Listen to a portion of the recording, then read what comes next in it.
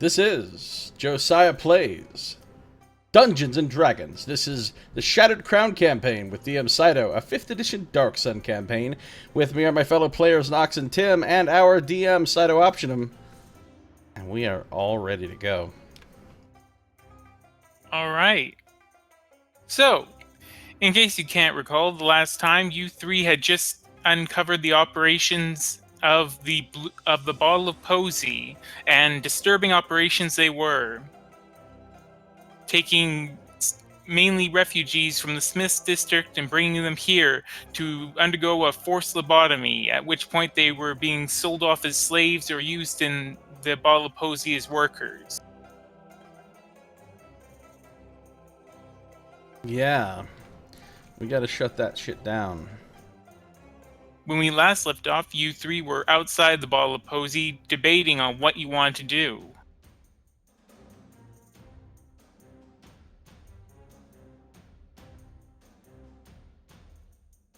So, let's turn our mind's eye on and go back. You three are right now just in a darkened corner watching the bottle of Posey. You've just witnessed a large group of tooth cutters leaving the bottle of Posey and going somewhere else, presumably in search of you. What do you want to do now?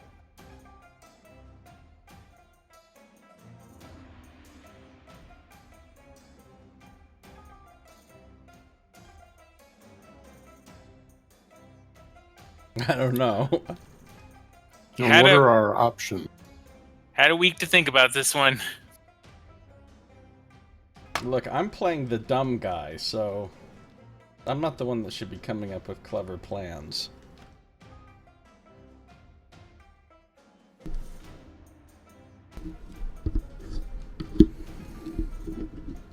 Well, I mean, I do have a thought, but it would take too much time. What do you mean? Well, we do still have that statuary. I mean, if we were to plant it in there, and then if we were to go to Kled and tell the dwarves that they were over there taking all the statues and they were, basically just, defiling them in a sense, then all the dwarves would come and they would beat them up for us, and we could get the slaves out. But that would take quite a while. You really think the dwarves would come all the way here from Kled?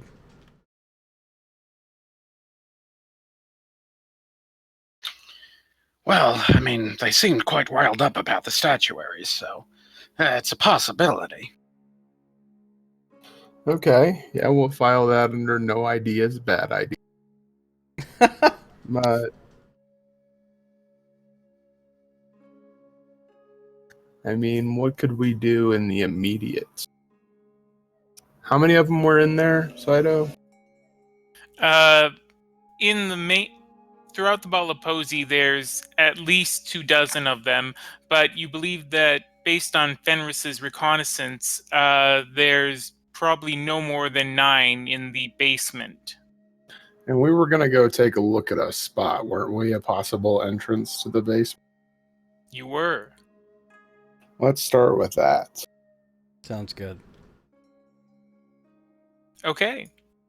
So, Corwin, you begin to, using your own sense of direction, you navigate to an area which you believe is roughly located where Fenris saw the broken staircase.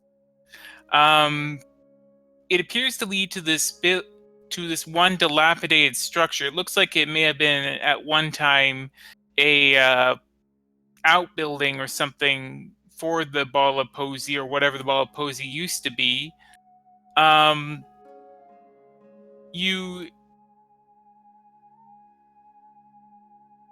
You do note, however, that it looks like the entrance is closed and the structure looks like it's in a poor state of repair. What is obstructing it? Mainly some fallen masonry and board or two that has collapsed from the main structure. Another thing is that you see evidence of. You don't have to make a perception check for this. There's clear evidence that up until recently there were presumably some people in this area, though they have recently left.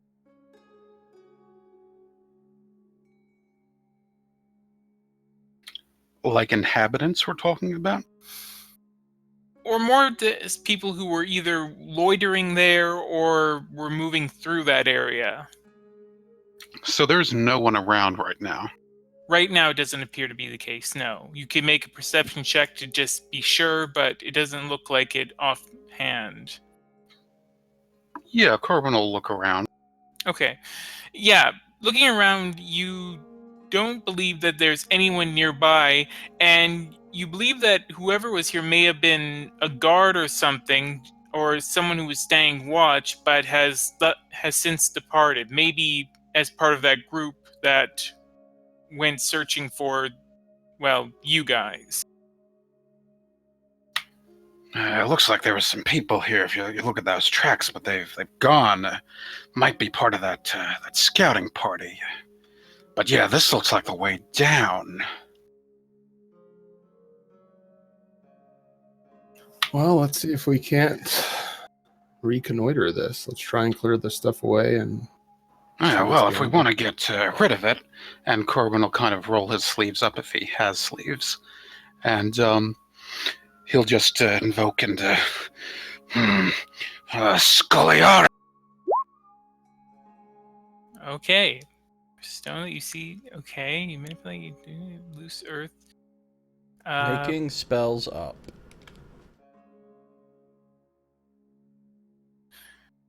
All right. Using that spell. So, what are you trying to do exactly? So he's essentially, I don't think it would work on wood necessarily, but he's going to try and clear the masonry, because assumingly it's fallen into rubble, which would kind of constitute loose earth in a sense. So, and just have it kind of just shift out of the way. Okay, well, not all the masonry is broken down to the point where I would call it loose earth, but there is a fair amount of earth that could be considered loose. So yeah, you're able to, drawing upon your arcane energies, you're able to move the earth away. And I'm assuming you're, of course, always preserving. Mm-hmm. Just had to make sure, because you remember there are some wonderful benefits to defiling. This is true, although I can't imagine a defiling mold earth being much different than a preserving mold earth, but still. It mostly has more death of things in the surrounding area. Yeah. I mean, in terms of the spell effect. Yeah. Anyways, but so you're able to clear away some of the loose earth that had accumulated around the entrance. There's still 2 large planks of wood or beams of wood that have fallen across this entrance, as well as some blocks of masonry. Manifo. Okay. I'm assuming you're wanting to try and move the masonry and the leg with that. Yeah, he's going to try to mage hand it. Okay. Using your mage hand, you're able to clear some of the smaller blocks of masonry, but there's still a few blocks, although if you can get rid of the beams, you mostly have a clear path to this doorway that's been sort of caved in. Well, I think that's about as much as I can shift. Make the obstructions just merrily leap out of the way, shall we say.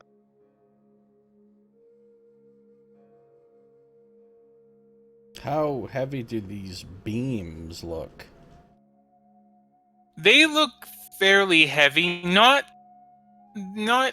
immovable, but they look like they will require a fair amount of strength to move. How sturdy do they look? One of them is somewhat rotted, but the other one looks like it's still been relatively preserved by the conditions here in tier.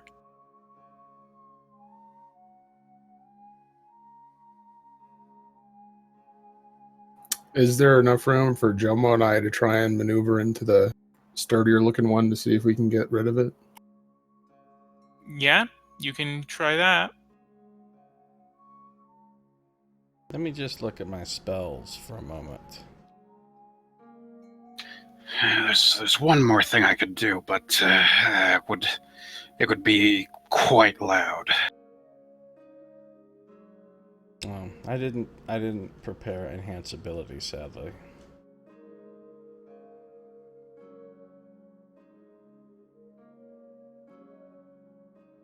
I'm surprised that Tim hasn't just all of a sudden started. Okay, there we go. I was gonna say, when is he gonna start pulling out the mystic powers? Making Oh. shit up. I am a Swiss Army knife of coming up with shit to do. All right. So you focusing your mind, you're able to draw on the innate energies of the world, and using the psionic energy, you instantly feel strength flow through your limbs.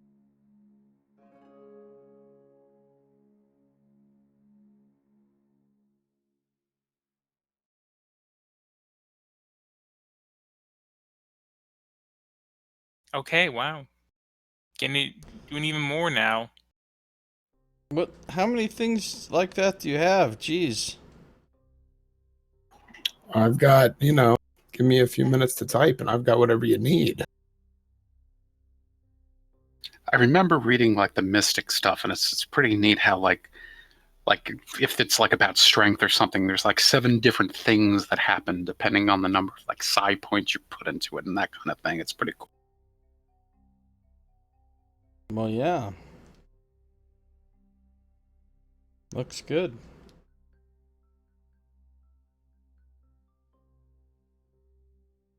Yeah, when I came up with the specializations for Jomo and Corwin, specifically elemental, what was it, champion of elemental energy or whatnot, and ascendant wizard, yep, elemental chaos.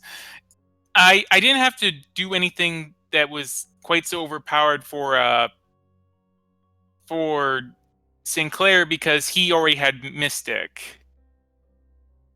And Mystic is some overpowered shit. It is ludicrous nonsense. All right, so yeah, I will attempt to hoist this beam out the way. Okay. Joma, are you assisting? Yeah, I'll assist him. Okay. So Jomo, first off, you make a strength check, just a flat strength check.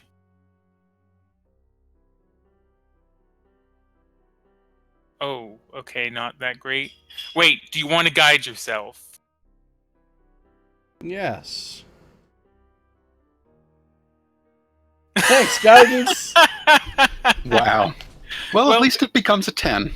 And that is the minimum threshold for this to provide a bonus. So on top of Tim's, or he's already got advantage, he's already got +5.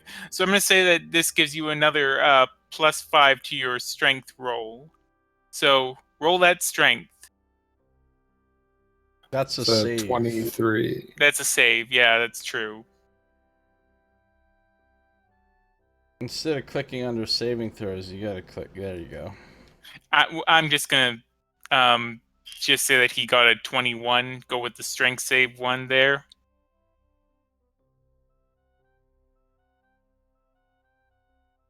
Because that's what he rolled initially.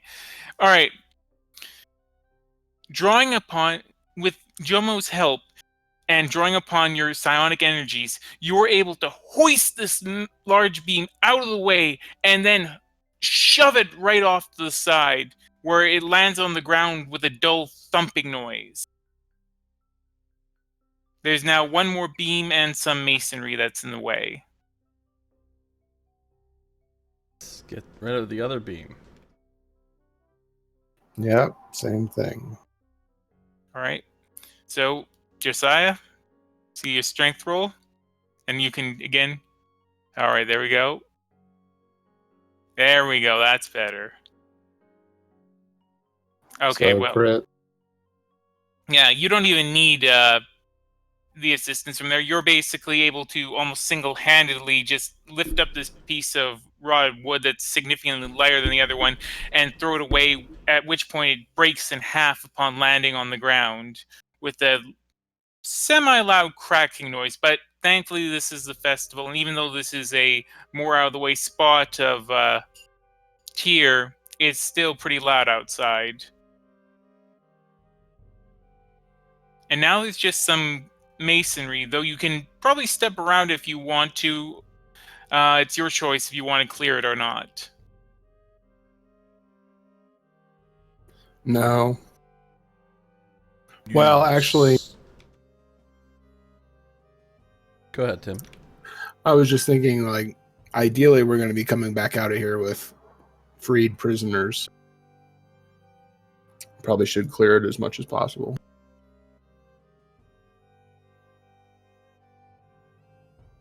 Yeah, sounds good. And I imagine that's stuff that's heavy enough that can't be mage-handed, like over 25-pound blocks. Yeah. Yeah, so I ordered my new So you PC, could help out too if you guys. want, Corwin. You could add your strength to this. Orwin doesn't pick things up with his own hands. This is true. Could add that 25 pounds of lifting power of the mage hand. Exactly. That's what he would most likely do.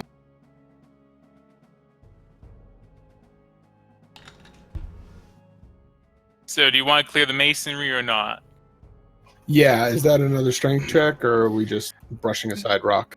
It's mainly just lifting it. You don't have to make any checks for these ones. They're not anything that's absurdly heavy. Each one weighs probably about 50, 60 pounds a piece. So, nothing ludicrous. And so, now, how many of you want to take part in this? Because there is a time consideration.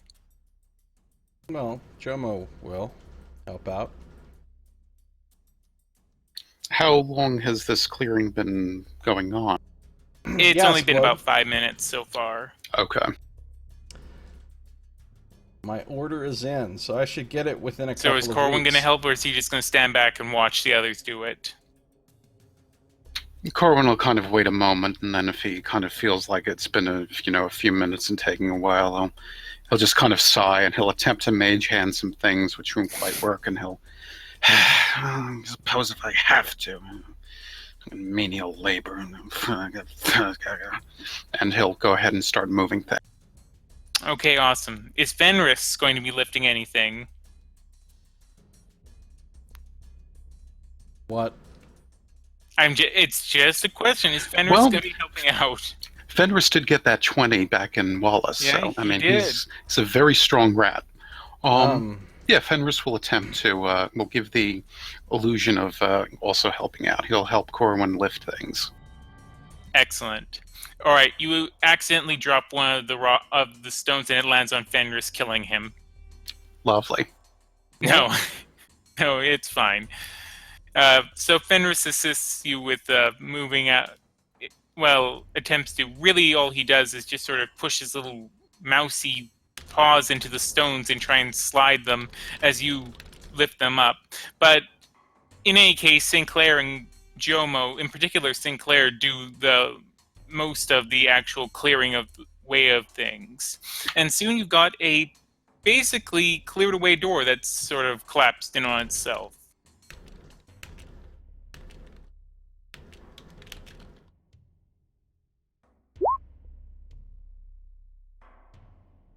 Oh, I've learned my buttons? mistake. He will never find another button in the God. There will be no one has buttons anymore in Athos. All buttons are gone. They're just Buttons are gone. for cowards. I knew that this was really a buttoned-up land, Fenris. We immediately drop whatever we're doing and begin an investigation into the missing button. Yeah, that's our primary focus now. Button quest. All right. Button quest. That sounds like a real adventure. Yeah, it does. It reminds me of this. I was reading on the subreddit for D&D. This one guy, he had this group, and anytime he described something as being wooden or the like, they'd ask, "Is it rich mahogany?" You know, from Anchorman. And eventually, he got so angry about it, he just had all wood or specifically all mahogany disappear from the world. You And should have so, like, just killed him with mahogany golems. yeah. But no. Buttons still exist in this world. It's just that they're now going to be notoriously hard for Fenris to find. Nice. Anyway, so you've got this door that's sort of collapsing on itself. However, it is sort of chained up with bone chains and a bone lock. Bone chains don't sound that sturdy to me. Well, I'm trying to even picture bone chains, which is like an odd thing. I feel like you could just take a big heavy club and just smash those. Yeah, maybe one of the bigger rocks I'll try and use to smash open the... okay. I mean, it's done. You'd be amazed at what some people can do with bone, and especially when you're in a fantasy setting where you can warp things and do stuff like that.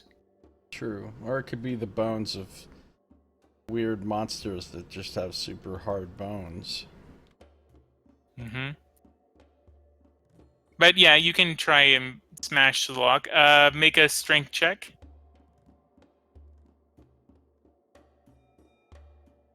Okay, and that's adding in your +5. So yeah, you're able to just smash the lock right off of it. This was not kept up in very good repair or anything. It doesn't look like they expected anyone to be using this passageway. So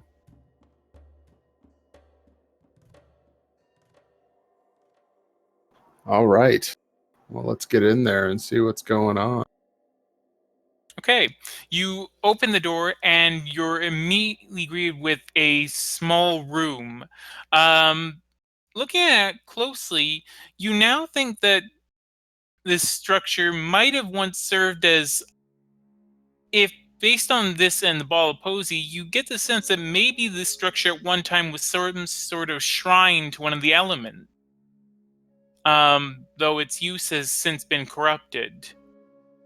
Can I tell what element it was a shrine to? Make an investigation check. Oh, shit. Okay. Well, Sinclair is able to divine that this was likely a shrine to elemental earth. Jomo, would you know anything about shrines to elemental? Not really. I'm not even trained in religion. What kind of cleric am I? Yeah. A bad one, obviously. I just know about the flame. This is not a place sacred. Can I make Fire. just an untrained religion check to see if there's anything important about... Sure. Nope. You have no goddamn idea about this because you don't follow any of that claptrap. Right. Well, well, I imagine that elementals and arcane. I mean, there's got to be some kind of a link, right? I mean, look at. Okay. Corwin, yeah. You the basic tenets and ideologies behind the worship of elemental earth. Specifically, you suspect that this temple was likely in operation at least more than 100 years ago, because you know that in recent times, Kalik had become strongly anti-religious in terms of his policies, and was basically rooting out the various temples and the like that were inside Tyr. So this is an old building indeed. Most of the temples that now exist have only just sprung up since Kalik's death. And even then they're more informal, like the what the hell's the name of that place? The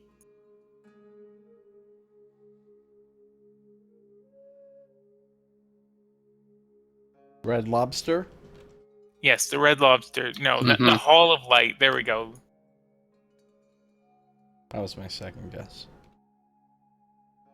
The other thing that you notice is that there does indeed appear to be a staircase down, but it is clogged with rubble. But again, it's not. It looks like that you can sort of work your way through the rubble. It's not. At least from where you're standing, it doesn't look impassable. And is that the only other way out of the room apart from where we? Yeah. Is there any sort of an altar in here or anything? There is a small, what may have once been altar, though it's long been tarnished and fallen into disuse. A sort of pedestal that used to have a stone or like on top of it. But the stone has since fallen over and the pedestal is cracked.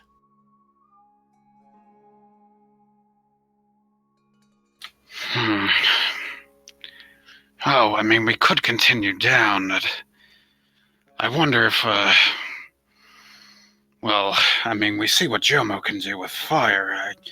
I wonder if we were to, kind of spiffy up that altar a bit, if perhaps the spirits of Earth or whatnot would sort of grant us some sort of boon in exchange for our, in our own quest.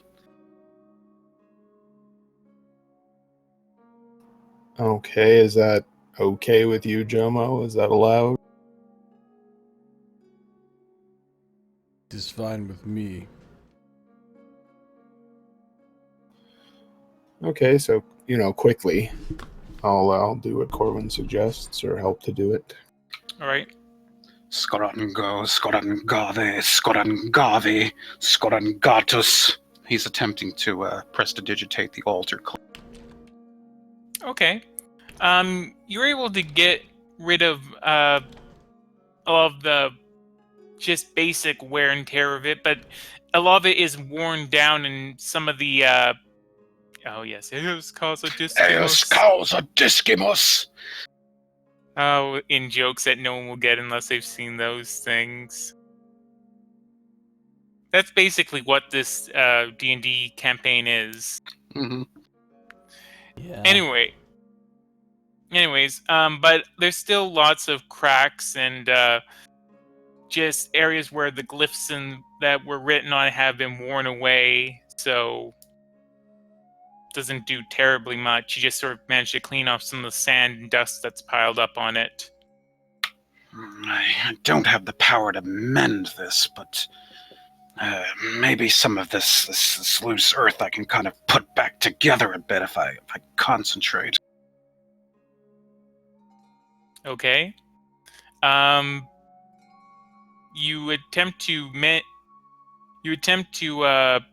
let's see, you cause shapes to appear on the dirt or stone. Okay, so so what exactly is it you're wanting to do?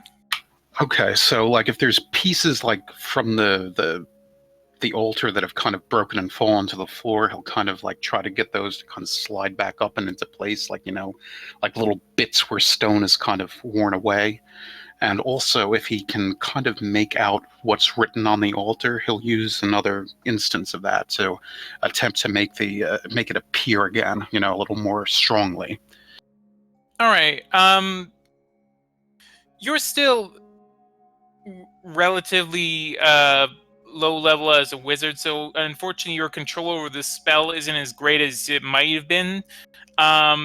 So you're able to sort of pack away some of the loose earth into the cracks and whatnot, but you're not really able to refine the glyph carvings or anything like that, and it still looks pretty banged up by the time you're done.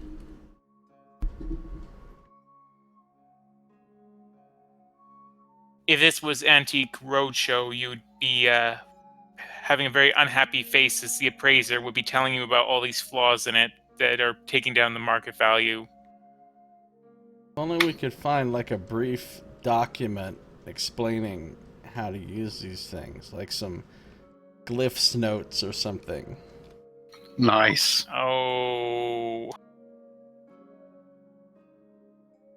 Well, the structure collapses on you and you all die. I'm sorry. When it collapses on it, is it mahogany? Wow. Rich mahogany. Okay. Wow. All right.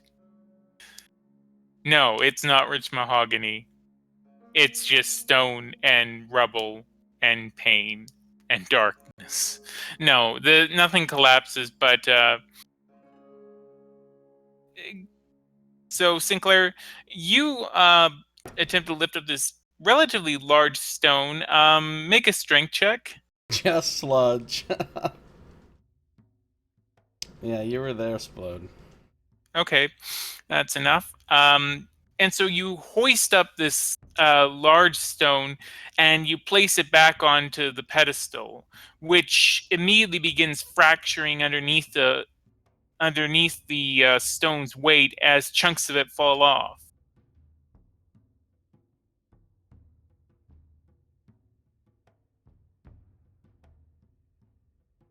I will pick the stone back up.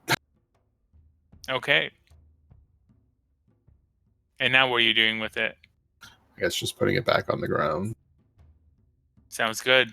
I don't know, Corwin. This thing may be beyond any kind of help we can give. I suppose you might be right.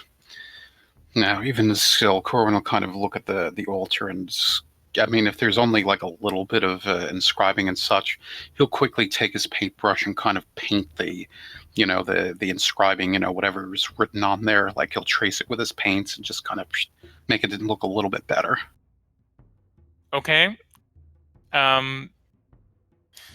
So you, after defiling a religious statue, not in the arcane sense, but in terms of just writing with paints over a religious piece of statuary, it doesn't look that much better.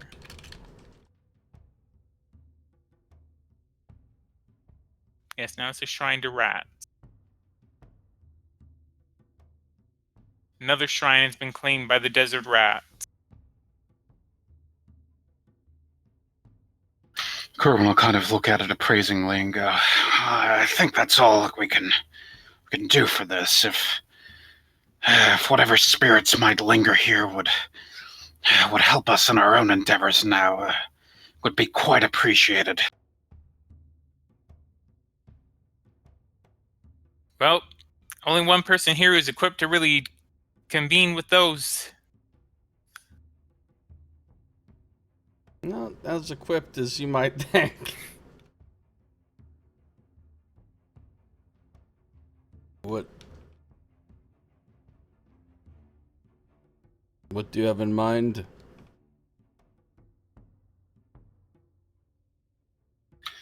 Well, a little quid pro quo, as it were. We did our best, what we could, to kind of, restore the shrine a bit. I mean, got the dust and the soil off of it, and kind of made the engravings a little bit more pronounced now. So maybe, if there's any power still left here, that, maybe it would be so kind as to help us in dealing with those guards down there and getting the slaves out.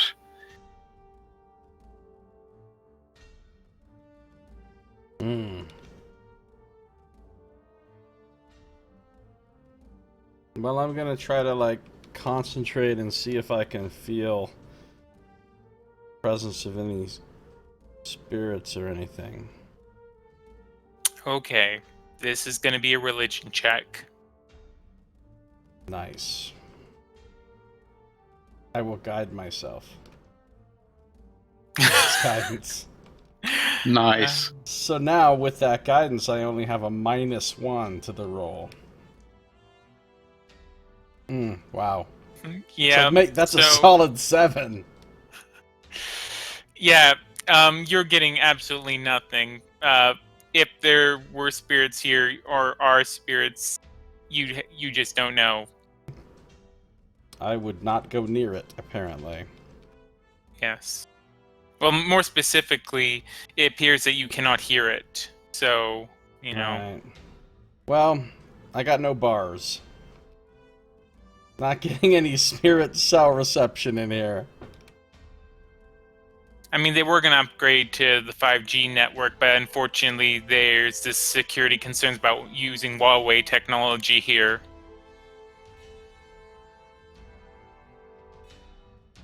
I do not believe that this can be done here. Kerwin will kind of sigh as, he glances, fine, but, just, and he'll kind of call out to the room and the altar, well, just think about it, damn it! And he'll look at the orb, and he'll look at the altar, and he'll invoke an illusion that the orb is on top of the altar. Just think about it while we're down there. And he's just going to turn his back to the altar and stride away. Okay. So you have now mocked and belittled any resident elementals to the shrine. Good job. Kerwin's trying to remind whatever's here that of the grandeur that once was, and perhaps arouse those spirits into action. Sirshu's just watching all this with a bemused look on her face. You know that's not going to do anything, right?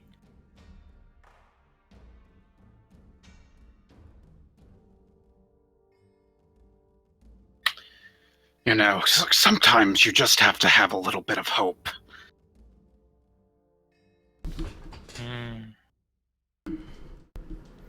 Well, I think the best you can hope for now is that whatever elemental energies once this place had, if it even had any to begin with, don't come rain their wrath upon you for mocking them and destroying their shrine. Can Corwin see Shearshoe?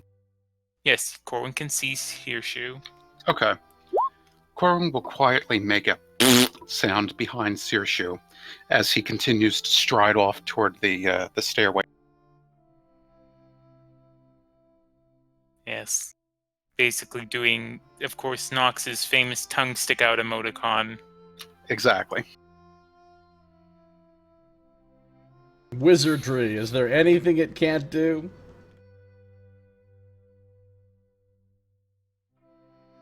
So, you still got these stairs down that are they're kind of clogged, but you can pass through them if you, at least as far as you can see, you can pass down through them.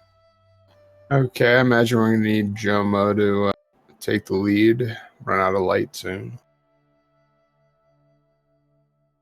Oh yeah, I'll summon forth the flame to illumine our path. Okay. You do so, and it doesn't really show you too much more as you had, as the stairs sort of curve, and as you're looking down, so it doesn't really show you that much more, but now it's at least lit up.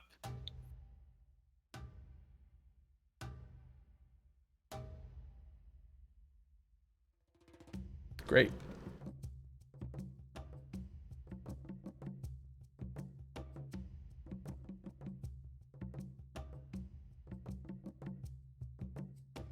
All right. So are you descending the stairway? Yep, here we go. Yes. Okay. So you begin descending the stairway and having to step around all these fallen bits of rubble. You sort of have to squeeze your way through one part. Sinclair, you sort of push it away using your amazing strength, and you're sort of able to clear the way a little bit. And eventually you get down to near the bottom, at which point you're confronted with another door. This one that Corwin recognizes as being the other side of that door from before that Fenris saw. Okay, now we're getting into familiar territory.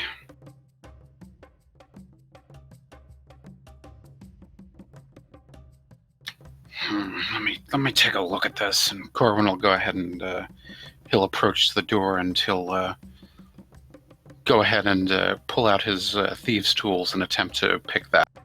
Okay. All right. Using your thieves' tools, you are indeed able to pick the lock. Or wait. Is he? Yes, you're able to pick the lock. You hear the lock make a noise satisfyingly, and you feel the tumblers fall away.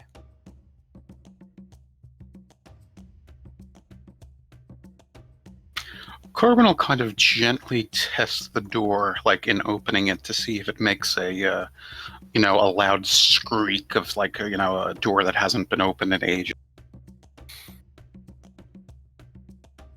It does. It makes a noise, but it's not terribly loud. It's not like it's echoing off the hall. If you were nearby, if you were in the hallway, maybe you noticed it, but it doesn't look like there's anyone in the hallway right now. And from what it looks like, these doors that Fenris saw were designed to sort of absorb sound, unsurprisingly. Okay, yeah, Corwin will go ahead and open that then. All right.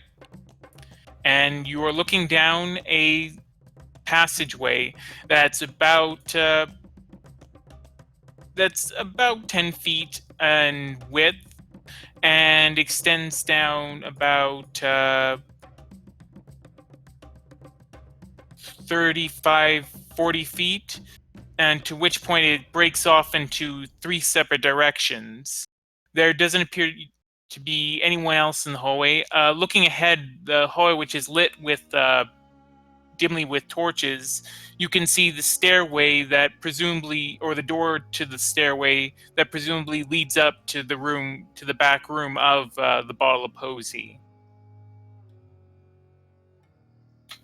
Okay, so yeah, looking over there, that's the stairs that go back up to that room that we were in, inside the place there. But I remember, like, down here there was an armory, and there was that other room with the slave pens, and all that, and beyond there was the room where they were actually performing the lobotomies, all that type of stuff.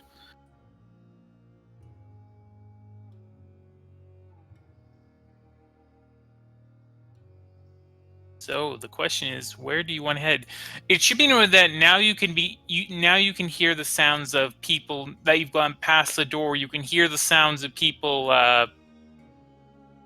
wailing or otherwise making noise. It's coming from both directions, both the left and the right passageways, at least as far as you can tell. And yeah, there thus far you don't seem to see anyone else.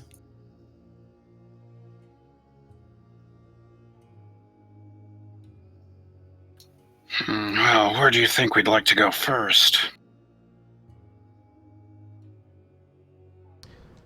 Was there a door from up above to here? Well, there was the stairway leading down, and that door right there, right across the hall from us there. I'm pretty sure that that's the one that connects up and into the room there with the stage and, all of that, which is, that room that we were led into at the end there. So if we could block that door somehow, people from upstairs couldn't come down.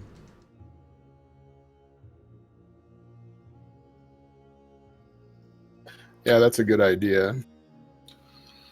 Yes, that's true.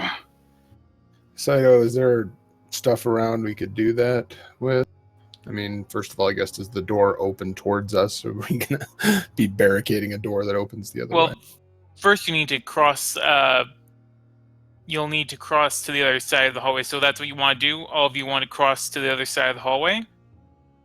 I mean, glance out to the hallway to make sure it's empty or whatever, but yeah. Okay. You do so. Everyone make a stealth check. Good news is, in this group, everybody's pretty... Never mind. But everybody is pretty good at stealth in this group. Normally. I mean, if we want to scout more, I could send Fenris out and see if there's anyone in the hall. All right, I'm just going to ask, Corwin, do you want to use inspiration there for your stealth check? I get the feeling that's important. I'll go ahead and use it. Okay. So, you make your way through as quietly as you can. Unfortunately, your footsteps do echo a bit on the floors, but you're able to quiet them as much as you can. Corwin, you actually end up kicking a piece of ceramic that's on the ground, and it goes spinning off, and just when it looks like it's about to strike the wall and make a large crashing noise, it thankfully loses its momentum and stops.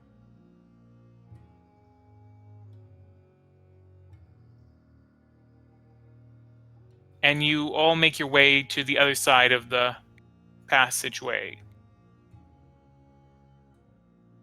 So before you is the stairs leading, is a door and the stairs leading up.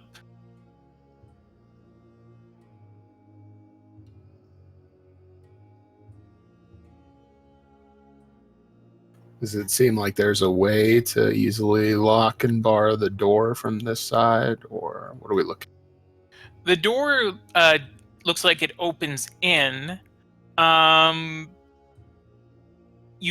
So if you can find some things to put in the way of the door, that would be one method.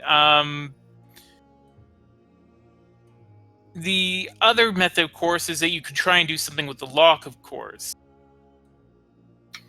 Corin would like to take out one of his water skins. Okay. Corin will raise the water skin. If he has to use his mage hand, he'll go ahead and do it. Well, actually, no, he'll do it up on high. And I assume that there's like a lock to the door, that kind of thing. Mm-hmm. So he'll squeeze this water skin and he'll cause water to kind of gush out. And as he does it, he'll go, "Eos causa discimus." Yeah. And he's going to cause the water to kind of flow around this lock and freeze solid in place. All right. So the water pours down over the lock, and as it's doing so, you begin directing the water using your arcane powers, and then cause it to freeze. The lock, locking the tumblers and everything, all the mechanisms of the lock, they're completely in place. For an hour, apparently. Yeah. It's pretty good. There, that ought to hold him off for a while.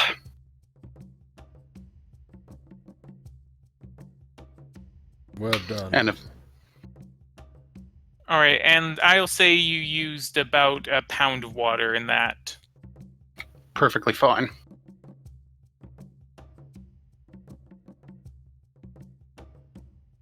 All right. So, Searshoe actually gives you an approving nod at your quick thinking, Corwin, and the lock does appear to be well and truly frozen.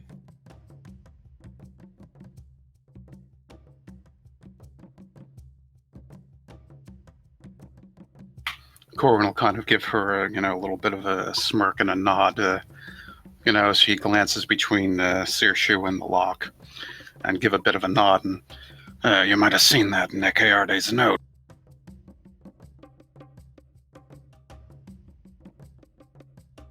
Yes, on the mutability of water and other substances. Exactly. When is a fluid not a fluid?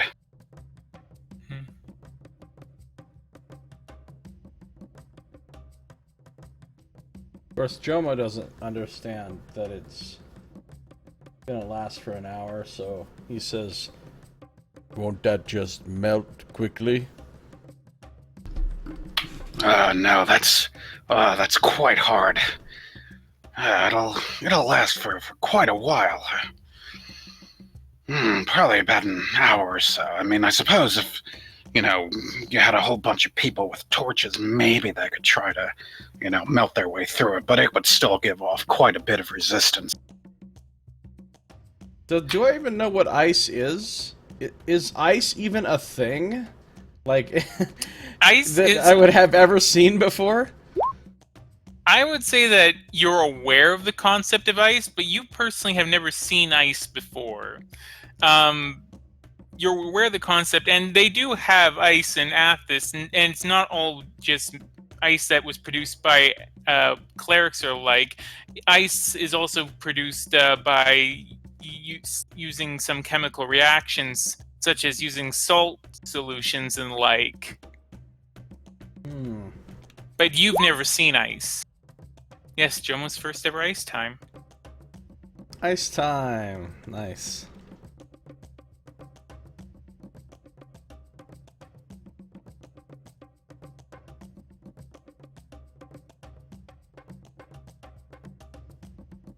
All right, well, that is impressive, Corwin. Now, which way next? Well, I mean, do we want to try to go to the armory? I don't know if anything there would kind of help us out. I mean, otherwise I could lead us to the place where they're actually performing the lobotomies, but, as I said, the one guy who actually seems to be doing the procedures, he seems to be quite formidable. Well, yeah, let's go by the armory first, I think. Maybe Fenris could look around a bit and see where the guards are.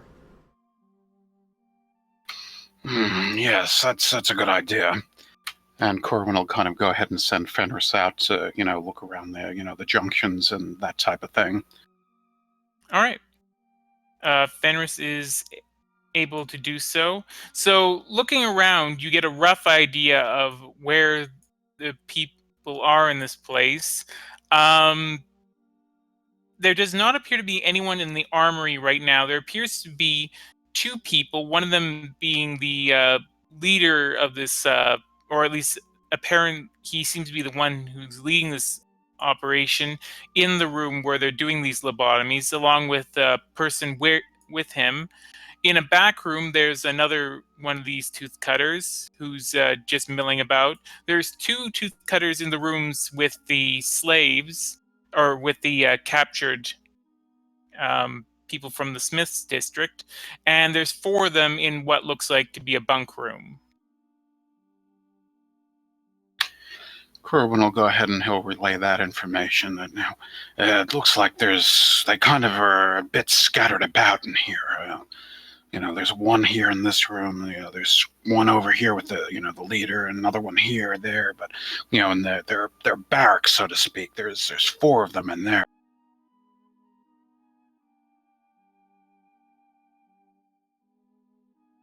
Okay, well, so we try and take out as many of them as we can, just one at a time. Yeah, that might be a good idea. Yes, as quietly as possible, yes. All right, cue the stealthily sneaking about and killing people montage. Yeah, we're Oh. Assassin's Creeding this shit. Okay. So yeah, if that's how you want to do it, make stealth checks, everyone.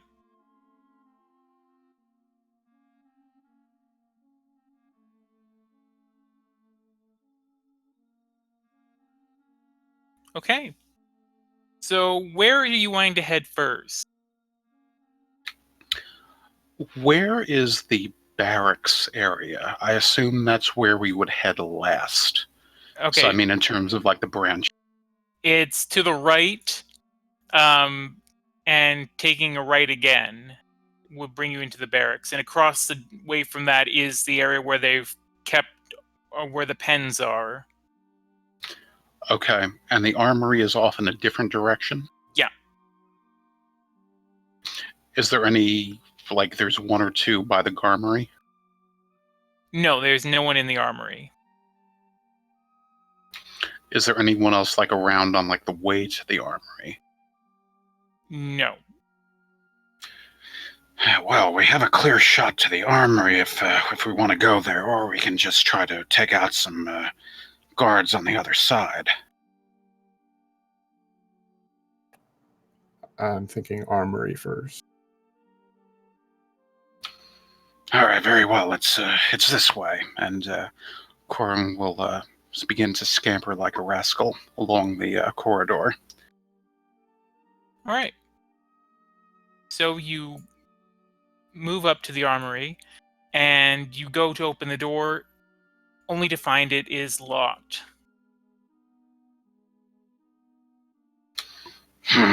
Figures.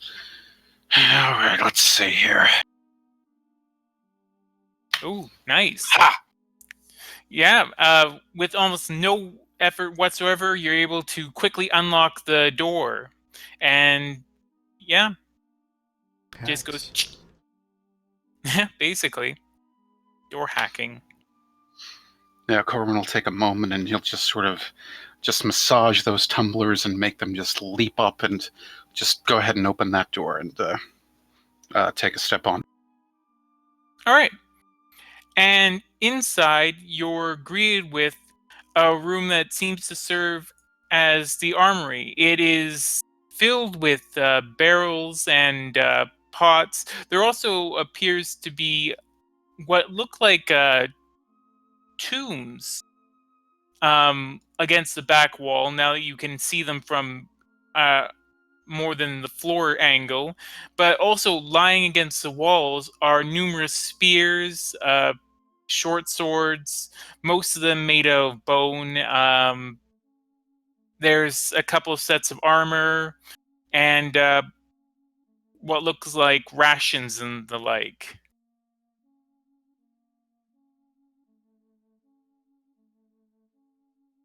Nice.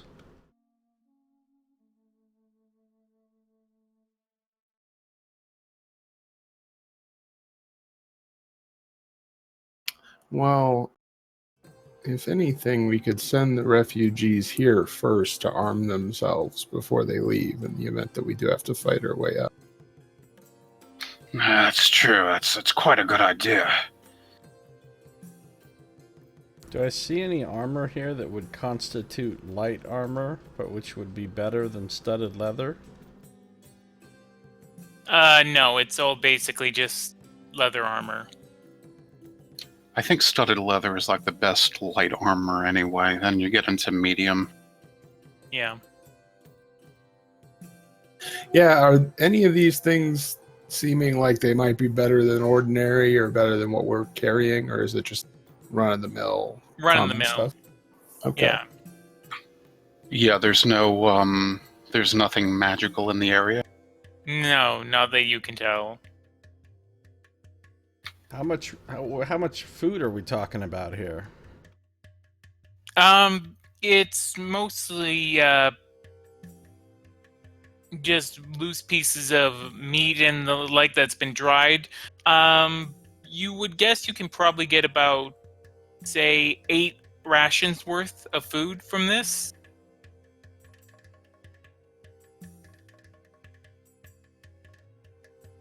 But is And, the meat all human? Or, wait, said that wrong, whatever. And surely there's no metal weapons in here or metal armor or anything. No, no metal weapons or armor. Just to be absolutely sure. How many people are prisoners here? Corwin kind of thinks back to what he's seen, and correct me if I'm wrong, but I think it's a couple dozen, if I'm not mistaken, from what Fenris had seen. That's right. You'd say there's a couple dozen, give or take a few that are in the lobotomy chamber.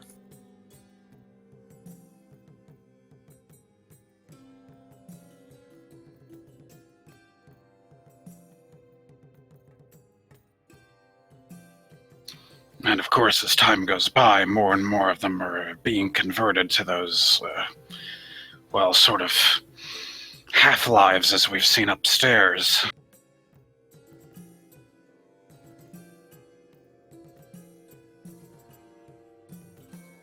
The good news is, though, that one thing that I should know right now is that it does appear that the slave auction has ended for the night, because it doesn't appear that there's anyone coming back down to get any slaves, although you'd be hard-pressed to hear them through that door. As I said, they look like they were designed to block out sound specifically.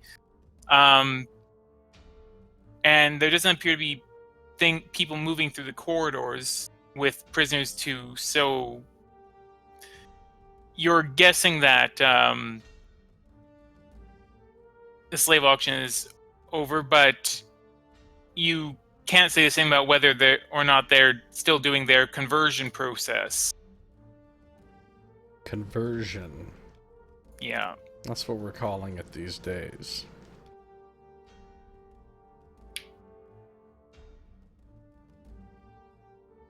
Well, so the other option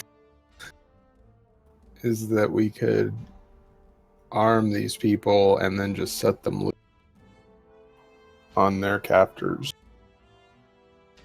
That would kind of probably just get a lot of them killed, though.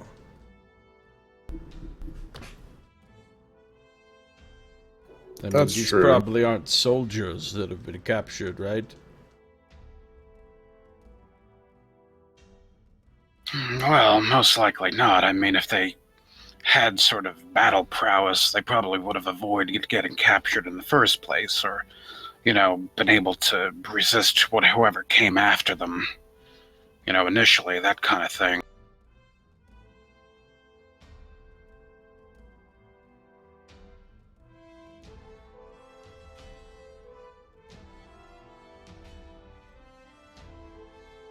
Yeah, based on what you saw up above, the people were not at all in a good state anyways, so even then, chances are they probably, after being kept in captivity for as long as they have, they're probably not doing too well.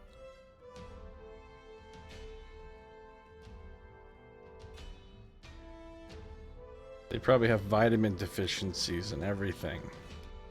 Yeah, no multivitamins in Athos.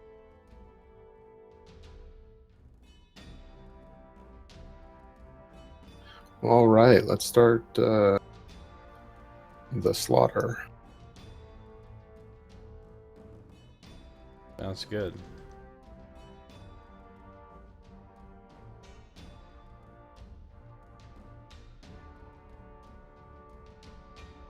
Okay. So where do you want to go from here? You're in the armory right now. Are you doing anything there? No, just more or less propping it up, maybe not open, but just making sure it's unlocked. Okay. Yeah, probably putting a stone or something to keep it kind of wedged or whatnot. All right. and then I'll just kind of be looking to Corwin to sort of lead the way. Start through this place.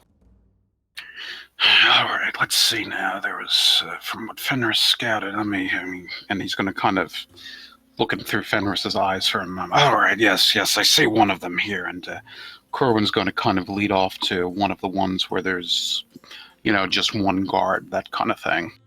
Okay, there's only one such area, and that's in what looks like to be the back rooms of this place.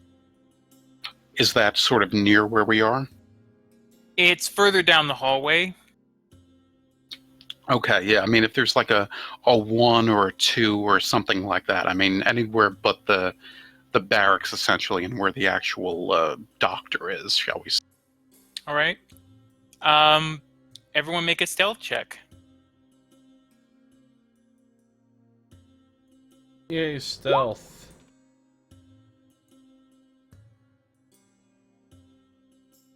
Fuck, I rolled a 1. Ooh.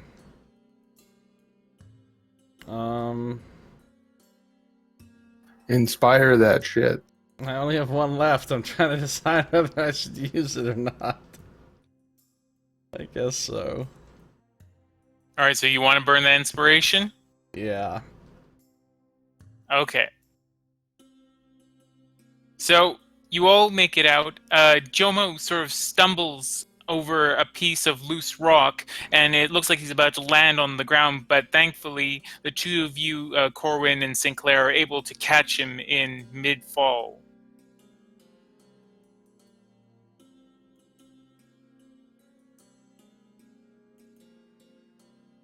And you begin moving to this back room. Now, as you approach this back room, the hallway narrows significantly, such that you could only really go down single file.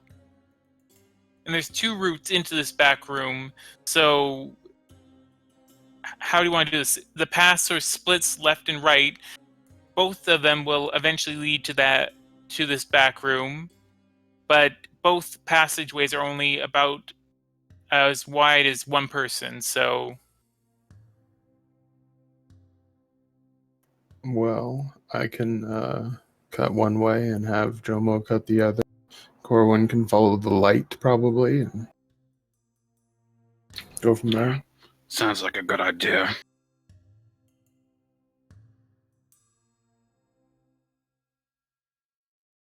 Okay. So, who's taking what path? Corwin will be behind Jomo. Okay. And Joma, which path are you taking? I don't know. There's a left and a right path.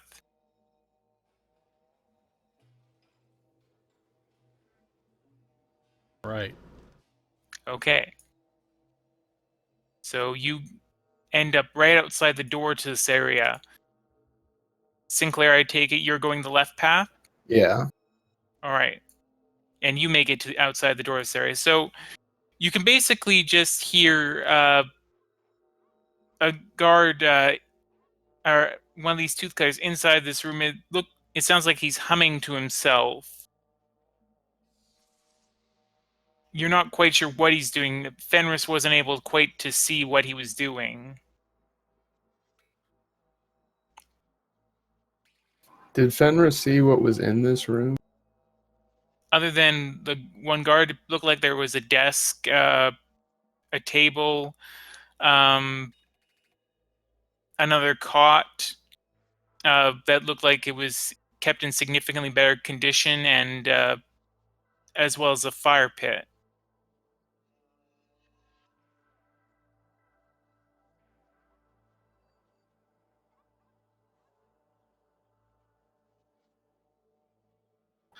Can we try and maneuver to get Corwin up to check to see if the lock is engaged on this? All right. So how are you communicating, though? I'm thinking Corwin would have sent Fenris along with Sinclair. Okay. All right. Yeah, you can do that.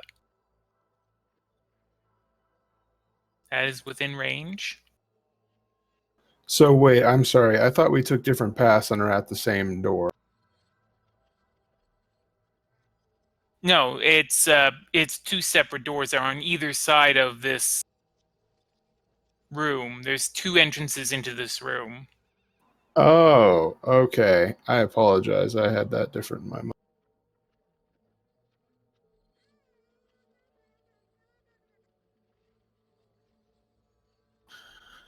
Well, then in that case, I will relay to him through Fenris that I will,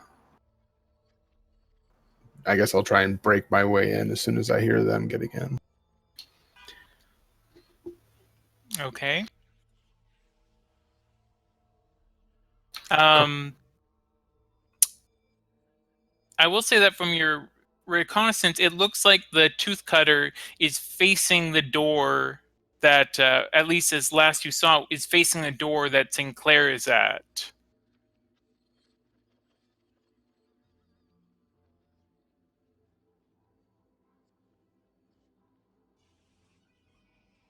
Do we have two-way communication with this rat? I mean, Corwin can direct the rat to do things, but he can't really say anything to the other rat. Okay, so I won't know that he's facing my... I mean, he could have told you before you went down that pathway. All right, so here's my suggestion. You two get to your door, try and get it open and get ready. Once you are ready, have Fenris dance a little jig. And then at that point, I will knock on my door to distract him, and you can move to enter the room and take him out.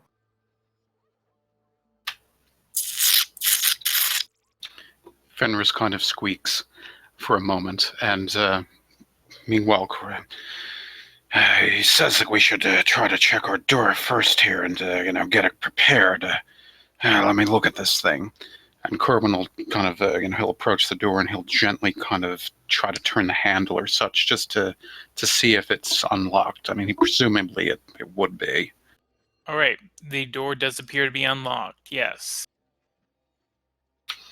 Corbin shifts into the perspective of Fenris, and he kind of squeaks and, does a little bit of a jig, and he'll take a paw and he'll kind of turn it like side to side a bit, maybe possibly imitating a motion of some kind.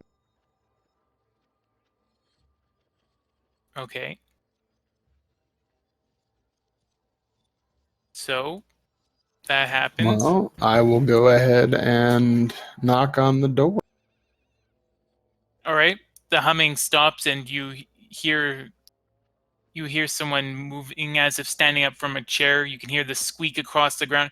What? Who's that then? Yeah, you got an extra candle in there? Who's that? And the figure, you can hear the footsteps of the figure beginning to move closer to the door. All right. What are you two doing? Get ready, Joma. He's kind of distracting the guard right there. So Corwin kind of loads his hand crossbow and has it at the ready as he, has one hand on the door ready to kind of spring in and just get ready here. It looks like we're about to go. I'm Okay. ready. I got my spear. Do it? Oh, I don't have my spear. It's in the shop still. Yeah. Was I got there my dagger? Wasn't there spears in the armory? There was spears in the armory. Yeah, but the problem is they're not G's, right? There weren't any G's in the armory, right? No, but you did actually pick up a spear from one of the guys you killed before. That's true. Yeah, but I assume I can't use that as a finesse weapon, right? It's just a regular spear. So that's kind of a last resort weapon. So I'm sure you stuck don't with want- the dagger for now. You're sure you don't want to borrow one of my short swords, or 2 or 3? 2 or 3? How many short swords do you have? He might have 5. 5 short swords? What? He might have picked some up from, I think, the slavers when we got into Tyr or something like that. Stop planning to stop and set up a little stand. Short swords for sale. And besides that, he can summon short swords at will, so... Hmm. Okay, I could borrow one. Certainly, just, And he's going to quietly pull one and pass it over to Jomo. Okay. Add it to my arsenal. What is it? A bone short sword? Yeah, it would be bone. And I removed that from my sheet, so you can have that indefinitely. Actually, put it back. I don't want it. I prefer to use obsidian weapons. It's a religious thing. I mean, unless it's a obsidian short sword, that I don't know. They're One of just them. bone. They're just bone. They're just bone. Just bone. Obsidian I assume is a material that fire priests like to use because, you know, it's I like assume formed by that, heat or whatever. I assume Corwin can't summon his focal weapons and have Jomo use. No, you can't give Jomo Okay. your vocal weapons. I mean, ultimately, it's only the difference between a D4 and a D6. It's not that, you know. It's okay.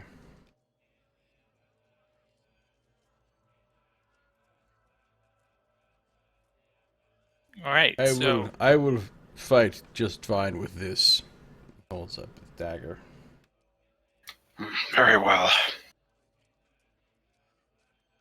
All right. So, we enact the plan. All right. So Toothcutter is moving towards the door.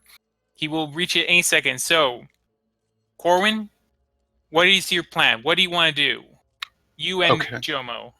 Hearing the tooth cutter go toward the door, therefore I would assume that the attention is away from our door. So Corwin will quietly open it up and he'll kind of step into the room with the crossbow raised at the door, and he'll allow room for Jomo to enter as well. Okay. You do so, and you can see this guy. He's moving towards the door. What do you do? He's going to reach the door any second. On your mark, Jomo. I am ready when you are. Alright, let's get him.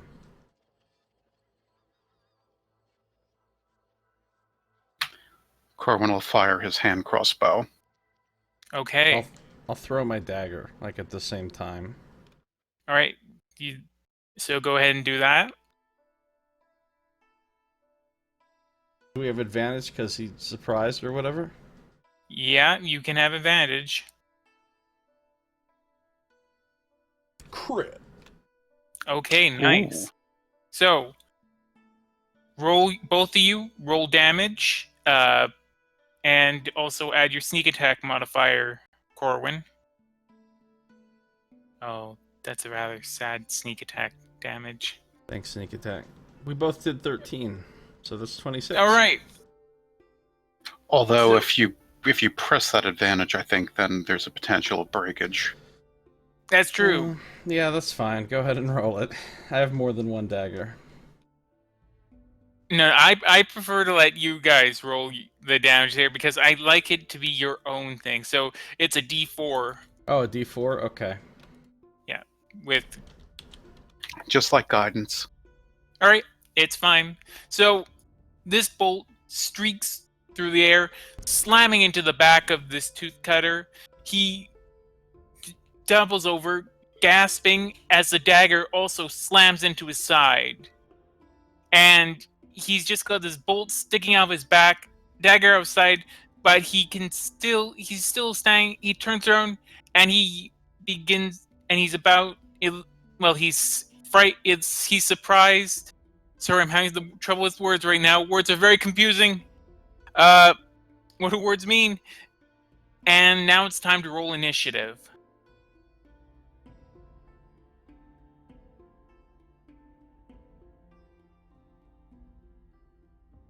Well, but before you roll initiative on that, let's first go to a certain map. Oh. Ooh. We have a sound effect, too. So now,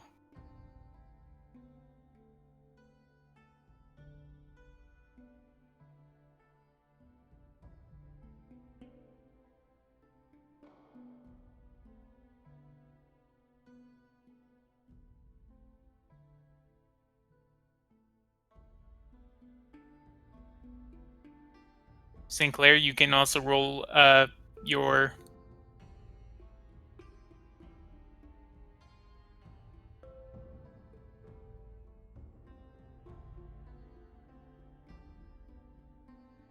Oh, you remembered to click on your... I did, yeah. I don't have control over my token. Oh, 1 second. Represents character Sinclair. No, you should have full control over it. There we go.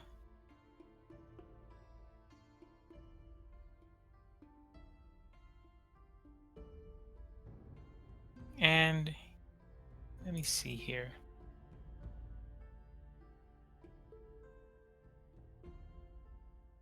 Well, these guys are pretty good. Is Sinclair gonna just burst through the door like, surprise, motherfucker? It's up to Yep. him. So you guys all, you basically, I'm giving you a surprise round here. So you all get to go ahead of this guy before he makes any actions.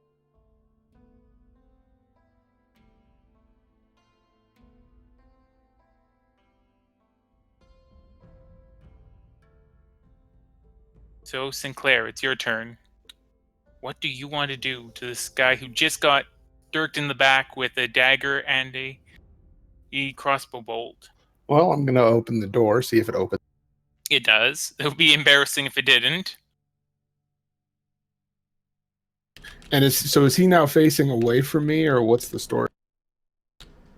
Now, here's the thing. I need to check whether or not opening the door counts as an action. Oh, okay. I think it's like the use an object thing. You get like one free or something. Let's see here. Actions in combat.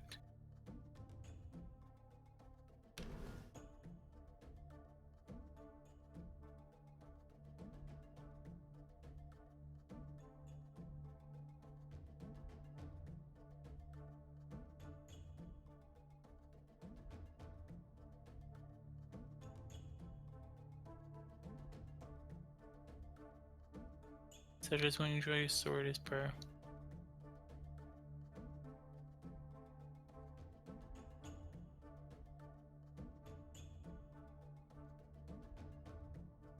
Yeah, it looks like that does use your action. All right. So the door bursts open with Sinclair there. Is there anything else you can do? I mean, you can move. Oh, okay. So, yeah, I guess this goes back to... I guess if I can move... Try and get right up to him and surprise him. All right. You're right in front of him. So, Jomo, and let me also put on... Well, I guess we can leave it on this right now because it's not true battle yet. We haven't gotten to the...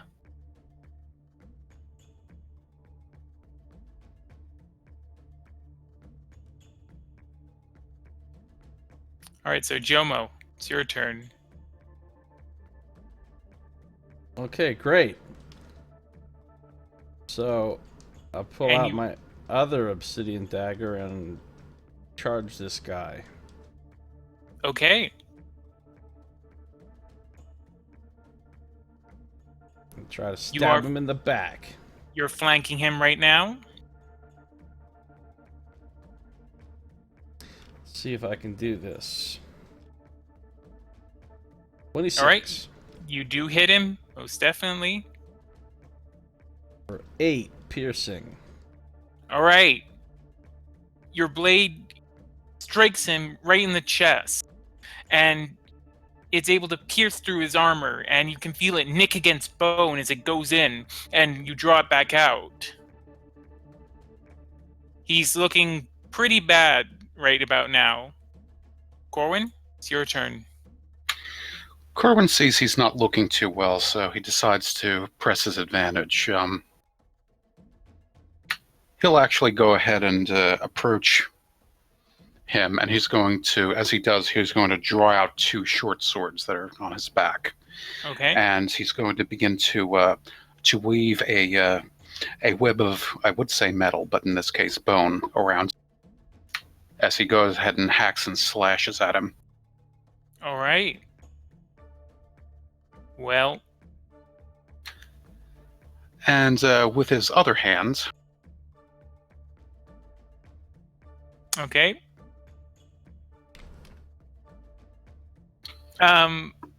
With sneak attack damage, it's only the main one that can, or is it you can do it just once and it doesn't matter which one hits? Once on your turn. Okay. Any attack but once. All right. So I'm gonna need you to roll a 1d2 there. Oh, that's true. That's not good odds. Oh. Yeah. So your first short sword, you attempt to, in this display, not unlike that one guy in Raiders of the Lost Ark, come out whipping your swords around, and one of them you lose the grip. You lose its grip, and it goes flying off and smashes against a wall, the blade breaking in half. And while the tooth guy is looking at, very confused, your other blade goes and finds purchase against the side of his head, drawing a deep gash. Unfortunately, this was not enough to kill him.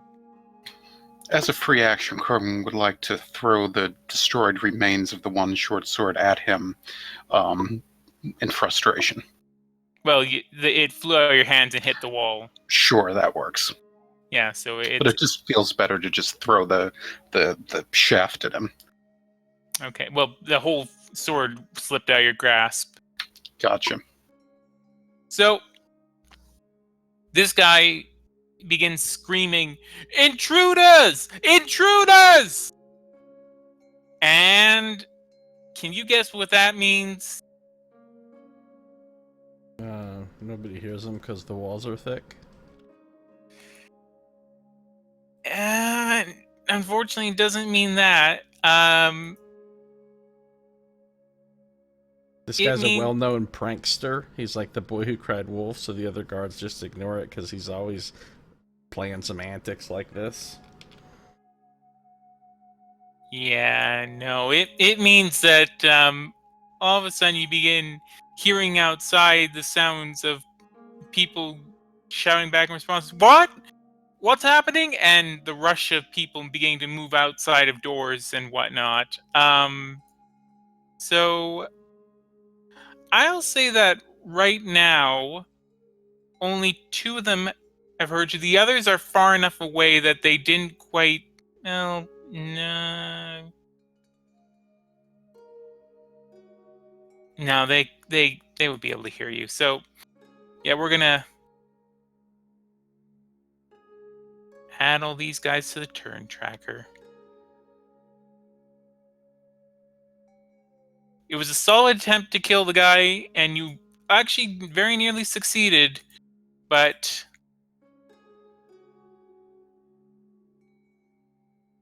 Alright, now I have to roll... Oh boy, this is gonna be fun. Okay.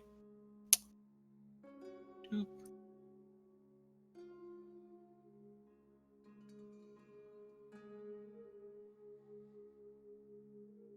Doop.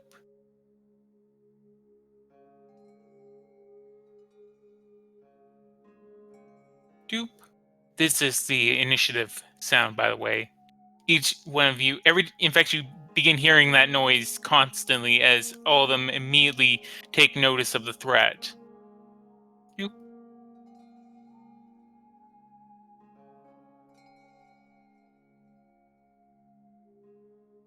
Doop.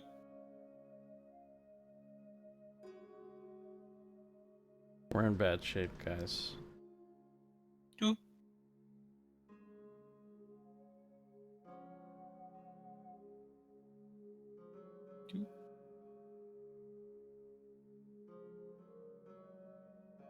most of my spells are already gone. I don't know about your resources.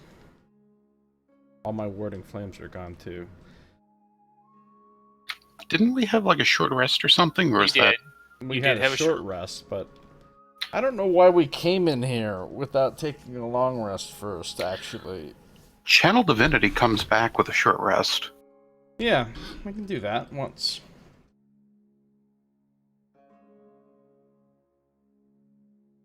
And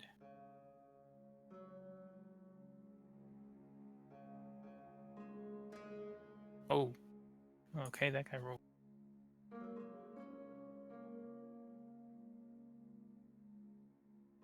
And so they're now on the turn tracker. But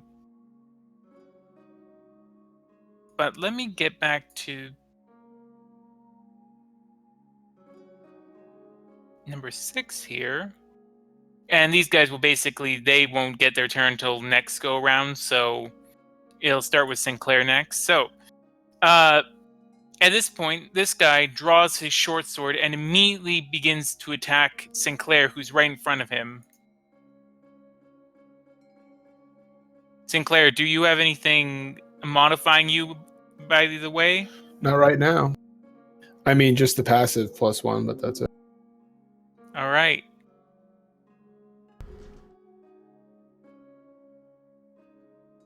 So he's going to make 2 attacks. And neither of those hit. So he strikes at you wildly, but oh, wait, did your quarterstaff break? I haven't attacked him. I know, but didn't it break last session? That does sound familiar. I think so. I don't remember specifically, but let's go with it. Wasn't there quarterstaves in the armory? Sure, we'll say there was a quarterstaff in the armory, so you can have picked. I'll say you can have picked one up if you want to. Thus, making this entire exercise totally pointless. I'm fine fighting unarmed. All right, but do you want a quarterstaff? Yeah, I would get one if I had the opportunity. Okay, you have a quarterstaff, and let me get. Healing is not the right. There we go. That's better. And so he makes these 2 attacks, but both of them utterly fail to penetrate your defenses. Sinclair, it's your turn. I'm going to attempt to end this guy.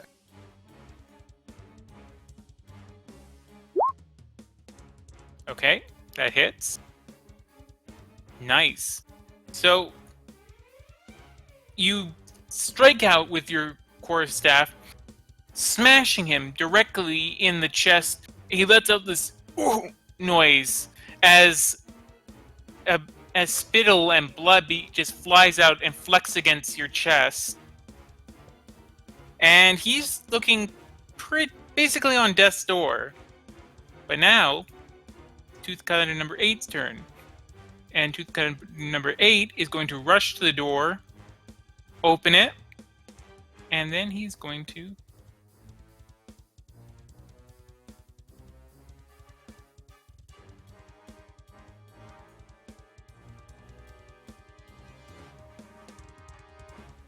run here.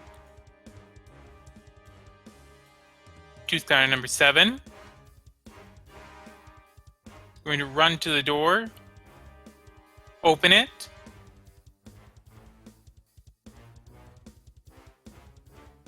and run here. And it's Jomo's turn.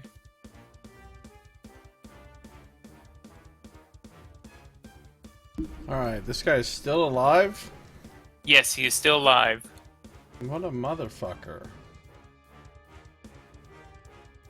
Who's he facing? He's facing Sinclair, which is why Sinclair didn't get to have advantage against him. Which means Alright, you're flanking him. Take my dagger and I bring it around in front of his throat and I try to just cut his throat. Okay. Roll. Sometimes that doesn't work out. Yeah. So you attempt to grab him and cut his throat, but you only are able to loosely grab onto his hair. He manages to duck down, and instead you just end up cutting open air. It was quite impressive feat for a guy who's so hideously injured as he is. So, tooth guy number 3. He is going to run there. Tooth guy number 1.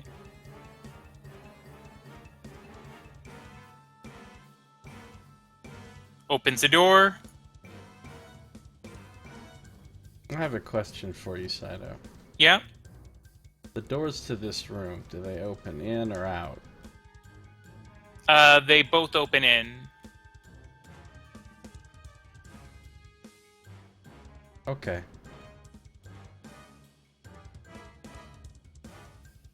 And I will note that they both can be locked.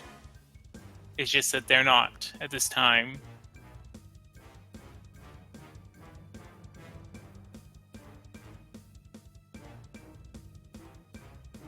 So, tooth card number 2 will go 1, 2, 3, 4, 5, 6. And now it's Corwin's turn. Corwin, can you end this guy?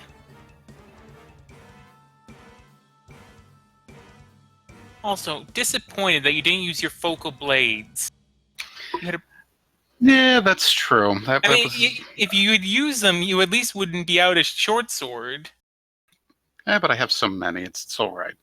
I figured that he might possibly detect, arcane shenanigans. Well, at this point, I mean, you're pretty much planning on killing all these guys, so... That's a good point. That's true. Although it would have taken an action to summon the focal blades, too, so... True. But yeah, probably could have. In any case, time to attack this guy. Or do whatever you want to do with this guy. You have also just one sword in your hand right now. Okay. Can Corwin attack with just his offhand as a bonus action? Or does it have to be? Yeah, you can do that. Or no, as a bonus action? Yeah. No, that has to be done as part of a main action.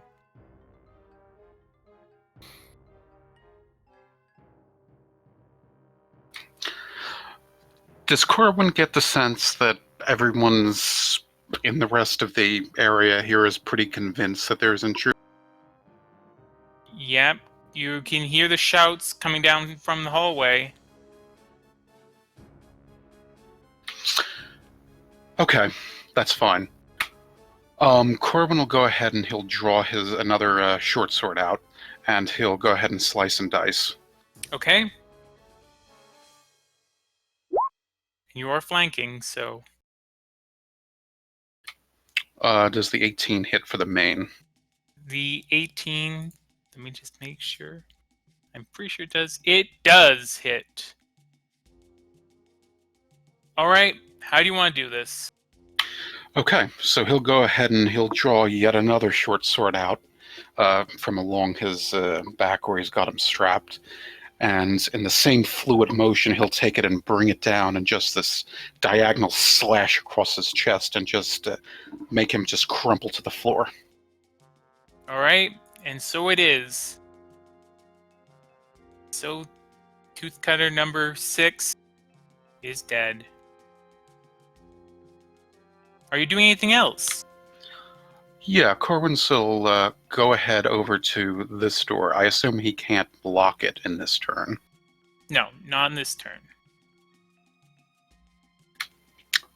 Corwin will do his best sort of impression of number 6. It's all right. I was just having a bad dream. It's okay. No intruders here. You know, I'm going to let you roll deception on this one. Let's see here. Nox bluff time. That's pretty good. That's pretty good. Unfortunately, I mean, it would have had to have been as an action. So doing your best impression of him, you sort of give them pause. You can sort of hear them like, "What? Only, what are you talking about? One of them seems not to be fooled, though. Specifically, you hear one of them just saying, "Oh, you idiots!" But you do seem to have given some of them pause, such that number 4 is not going to move. Number 6 is dead, and thus... Oh, goddammit, did I delete someone off here that I shouldn't have? 1 sec. 1, 2, 3, 4, 5, 6, 7, 8. No, I got all them, so tooth clear number 6, go away. Tooth clear number 5 is going to stare, but... And actually, it should be Tarnal who's ahead of... 1 second. There we go. Darnell is going to proceed out, and he is going to do the dash action. So,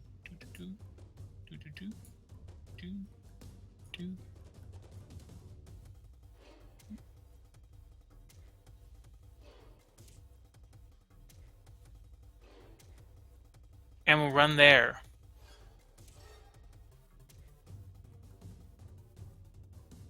So, Sinclair, it is your turn. How much light is in this room? This room is fairly well lit.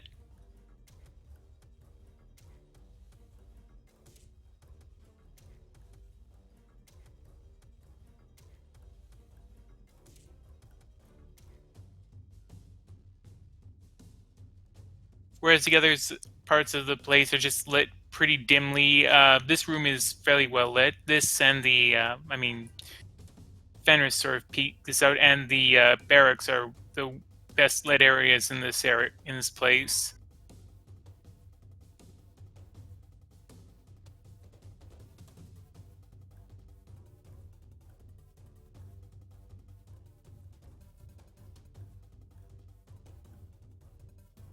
So Okay. So I'm going to use my action to open up a telepathic channel between the three of us. Basically, you guys can each talk to me. I can talk to both of you. You can't talk to each other. okay, sounds good. So with the power of your mind, you reach out to both Jomo and you reach out to Corwin. I will say that Jomo's connection is very interesting because you get some weird sort of feedback with Searshoe at the same time. You can still communicate, but you are at times you're hearing what appears to be Searshoe's thoughts coming through. And they mostly consist of, "Oh, idiot!" and stuff like that.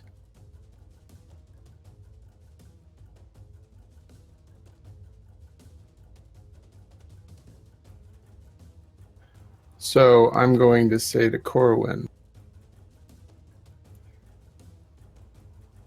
why not try to get into the bed and see if you can't fool them again? Jomo and I will sneak out the back with the...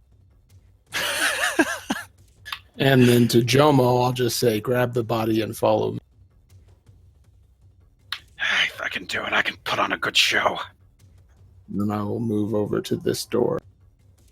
For a moment, you see Corwin looking at number 6 as if he's trying to just once again just ingrain his features into his mind. Okay. Searshoe, you can hear one thing coming through from Searshoe, though, and says, "This looks like the leader's room. Why would... This looks like the leader's room. Why would they think it's this guy? He looks like he was just standing guard."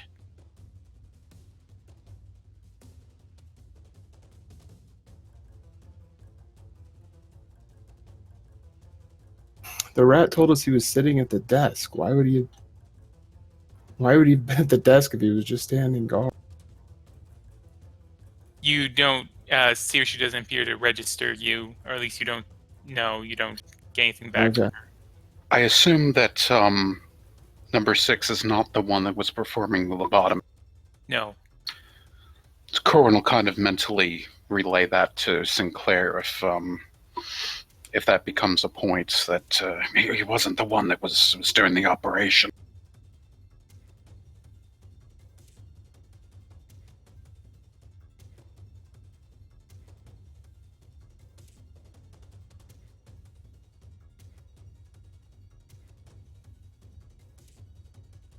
Actually, I think I'm just going to move to there. Okay. And then, as a bonus action, I'm going to buff up my AC. All right. Sounds good.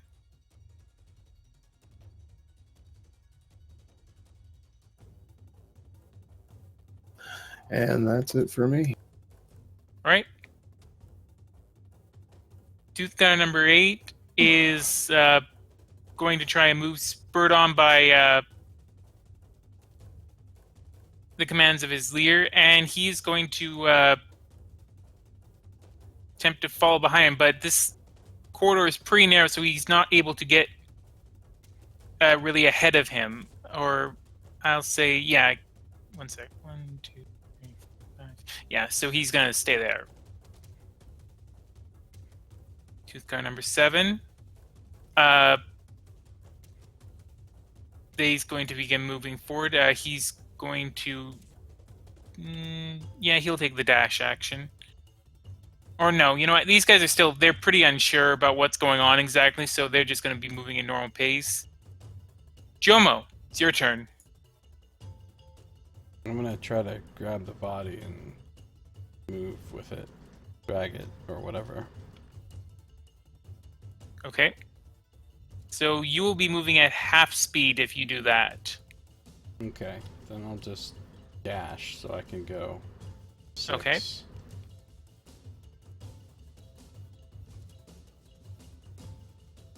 Alright, so where are you moving? I'm moving to here. Alright.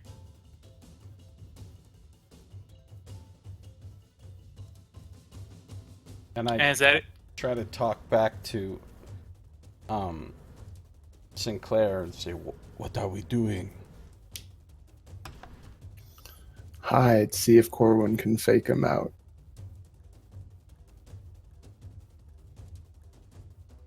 Yeah. Sirshu is there, and she says, okay, this is what I was trying to say. That room does not look at all like a standard, like one of these guys' standard rooms. It's really well appointed. I'm pretty sure this is the leader's room. Okay. So I don't think he's going to believe that he's in his own bed. Look, all we're trying to do is confuse. Didn't we just leave Corwin to die, basically? There's a reason I'm not running away from here. Oh, okay. So, tooth guy number 3, he is also going to head up. Tooth guy number 1.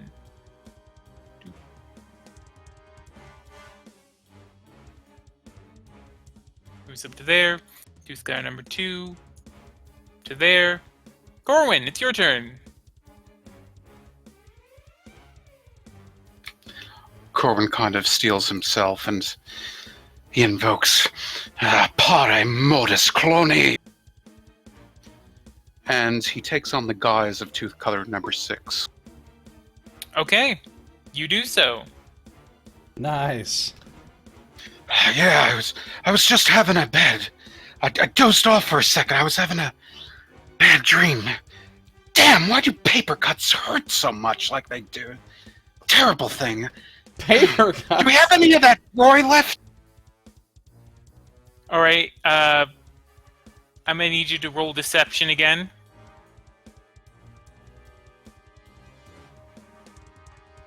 Ooh. I'll use advantage on that if that'll help. It won't. This would be a pretty hard check. So I mean, really, he has his voice. He yeah, has he does have his voice. and appearance. And I mean, I assume these are not people that have knowledge that, you know, there are magic users that can deceive in this way. Yeah, but they still heard the guy screaming intruder.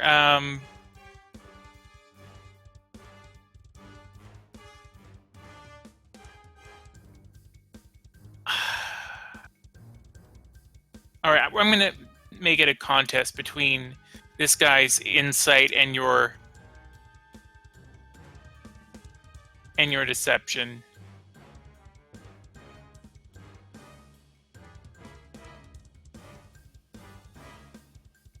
One second.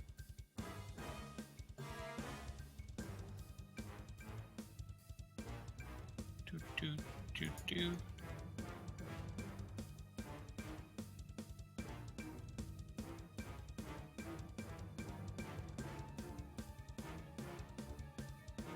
Sorry, just having to find one thing. Why is it?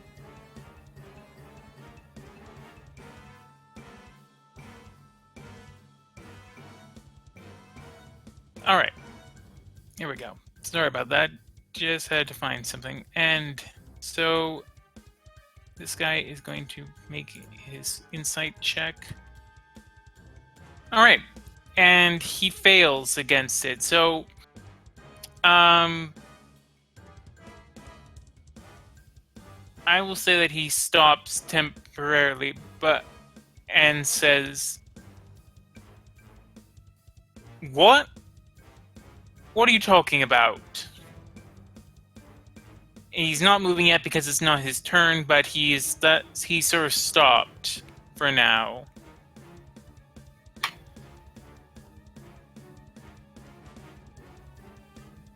Nah, sorry, I scared I dozed off for a second, and the way that the lights and the fire was going, I thought I saw something, and then I jerked away, and I just hit my hand on the table. It stings like a bee.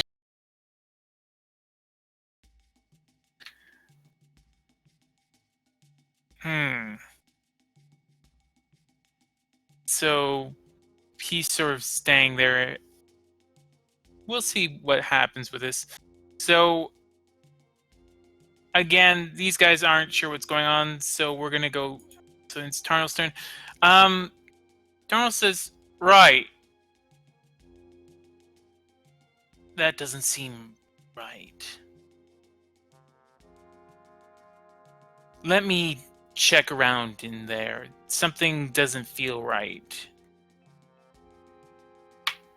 Yeah, sure, go ahead. All right.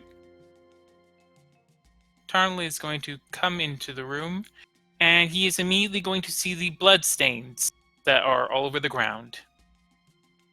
And he's going to turn to you, and he's going to say, "What the hell is that?" That's where I hit myself on the table. Gave myself quite a nasty thwack. And here's the other issue. He also notices an open door with another Tooth Cutter number 6 and Jomo standing right by it.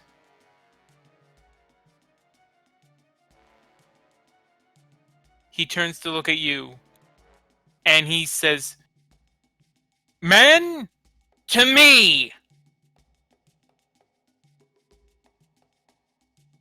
He does not look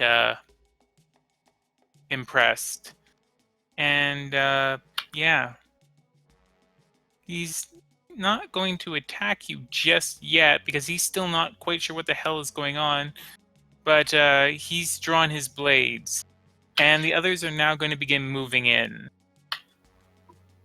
Hearing this. But Corwin, you do get a point of inspiration for trying to go through with that plan. Excellent. Of course you assume that Corwin's done with that plan. One would hope. What's the meaning of this? Why are you attacking me in my own room? Corwin's going to invoke fear in the same voice. They came in here. They said they'd kill me. There's an invisible one in here. He shot at me. He's some kind of a defiler. All right. Well, let's leave this to your next turn, and we'll see what happens and what shenanigans you can get up to then. So Oh. number 5 is going to start moving up.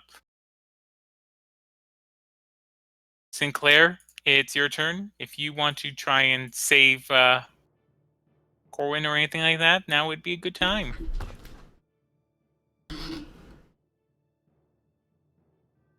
Nope, this is the perfect distraction I need to make my getaway.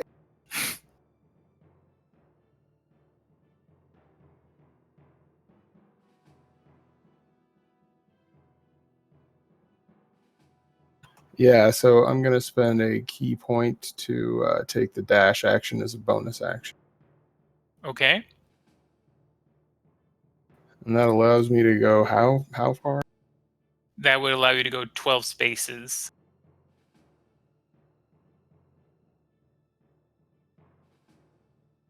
Is it twice your movement? Is that what it is? Yeah. Because my movement's 8 spaces. Oh, then Okay, 40 16. feet. Oh, 8 spaces. Yeah, so then you would go 16. Okay, can I go through allies or? Yes, you can go through allies. All right. You burst into the room and run behind this guy. And then I'm just going to punish him for daring to breathe in my presence. Okay. That hits. All right. You do 11 bludgeoning damage. Why is he... There we go. You do 11 bludgeoning damage. So you strike the guy right in the back of his skull with your staff, producing a sick crunching noise as he goes, "Ah! What treachery is this?" And now it's number 8's turn. And number 8 is going to come in, and he's going to be very confused when he sees one of his allies standing there. So he's going to be not quite sure what to do at this moment. Number 7 is also going to move up to there. Jomo, it's your turn.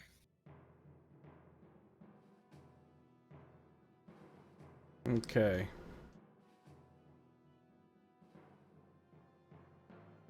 I'm gonna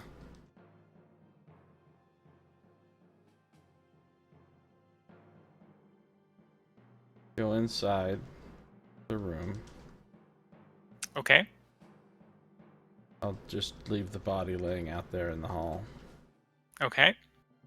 I'm gonna close the door. Right, that uses your action.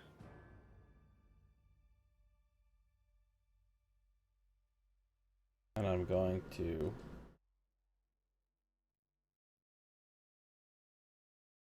look around for something that I could use to block the door. All right, well, you've got these chairs and this table nearby.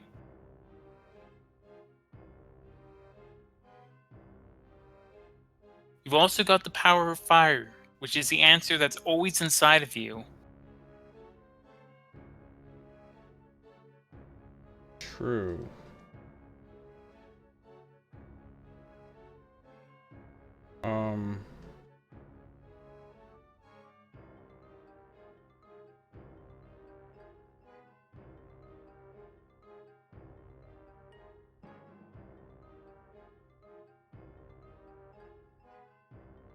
Well, I'm just gonna move over here by this table. Okay. Number That's it. 3, he's going to run up here. Number 1 is going to move here. Number 2 going to move up here. And Corwin, it's your turn.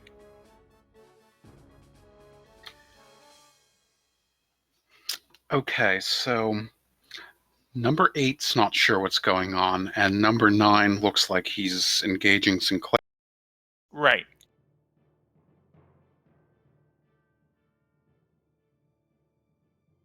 I'm assuming number 9 looks quite healthy still.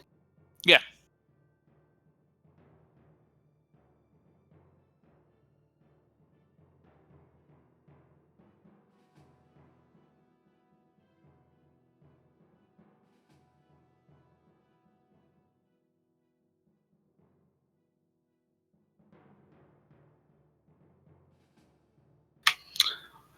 Corin's going to look fearfully at number 8 and go, did you see him? The defiler, he went that way. And he's going to point back down the hole where number 8 came from with number 7. Okay. To this, or make a deception check.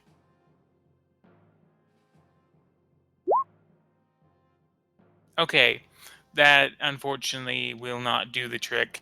This guy, he's not sure what is going on exactly, but he knows that is not what's happening. Because his leader appears to be staying here. So yeah. Okay. All right. And I guess that's about it for you. Unless you want to move. Can Corwin back away without provoking an attack of I opportunity? would say right now you could do that, yes. Okay, yeah, he'll continue to play the role. He'll back up a little bit, and he'll kind of look frightened and skittish. All right.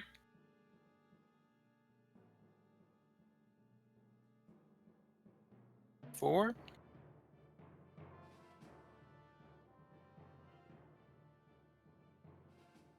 Number 8 is sort of going, oh, hey, Dauntless, why are you acting like that? You never used to be a coward. What's going on here?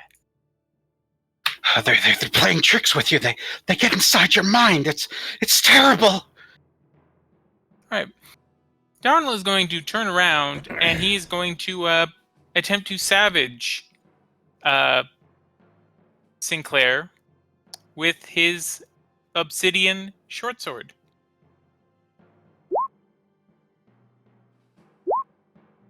That second one hits, does it not? Nope. It doesn't? No. Axe. Of course it hits. Are you kidding me? All right. And that hits you for 8 points of damage. All right.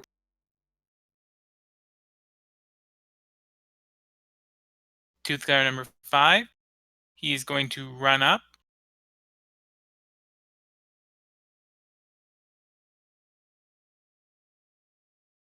And Sinclair, it's your turn. Okay, so the first thing I'm going to do is just point over at Corwin and yell, I told you to get rid of them. You are dead. And renew my attack against number 9. Okay. Ooh. Yeah, that unfortunately does not hit. All right. Number 8 is going to come at you, Sinclair. Thankfully, you've got your back to things right now, so he can't flank you, but he is going to attempt to, again, savage you. Neither of those hit, though. So again, your bizarre armor-like carapace is able to just block away all the blows that come at you. And now Tooth number 7 is going to come into the room. And he's going to also join in on attacking.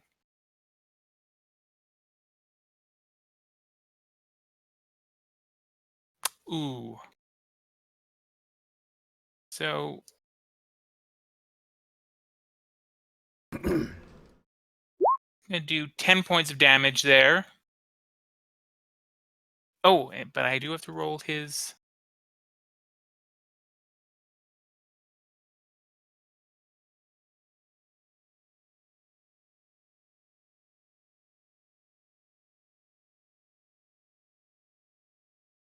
Yep. Okay. All right. Does not break the weapon, and he's now going to attack again, but fails on his second attack. Jomo, it's your turn. I'm gonna try to drag the table over there and block off the door with it. All right. You're going to be moving at half speed, but you can do so. It's a pretty heavy table, so make a strength check.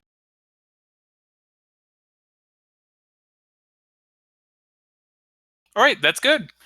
You're able to drag the door drag the table in front of the door and keep it there. So you still have a little bit of movement left. I imagine you just tip it up against it to create the most amount of resistance possible. So now what do you want to do? Yeah, and after I have it kind of laying on its side up against the door, I want to try to wedge something, under the edge of it, so it'd be really hard to push.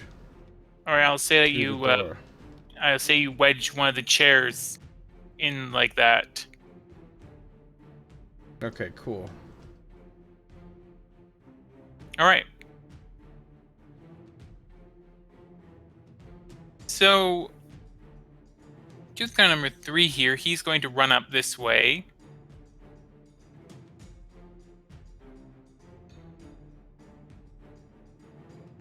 As is tooth guy number 1.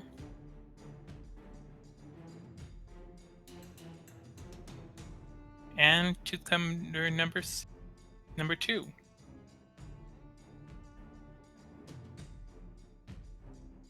And Corwin, it's your turn. If you have any powerful magics, now would be the time to unleash them.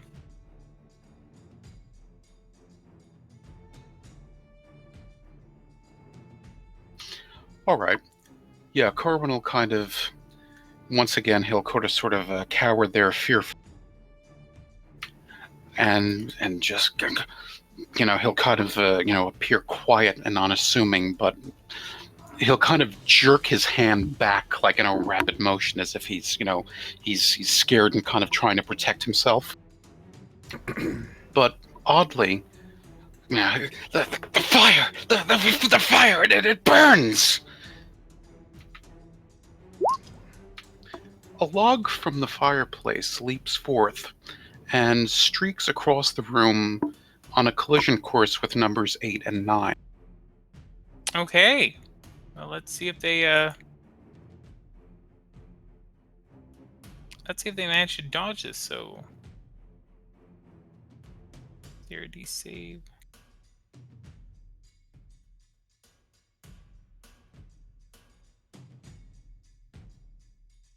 Catapult.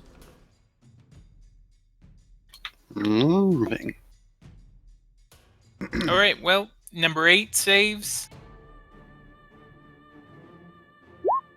but number 9 does not. So this log flings up from the fire. Number 8 manages to dodge out of the way, but number 9 gets it full on in the face as it smashes into him, and embers fly off. And I'll also say, because it's burning, it does some extra damage. So I'll say roll a 1d4. Okay, so it does 15 points of damage to him. Excellent. And I'm assuming there's a burning log in that square now.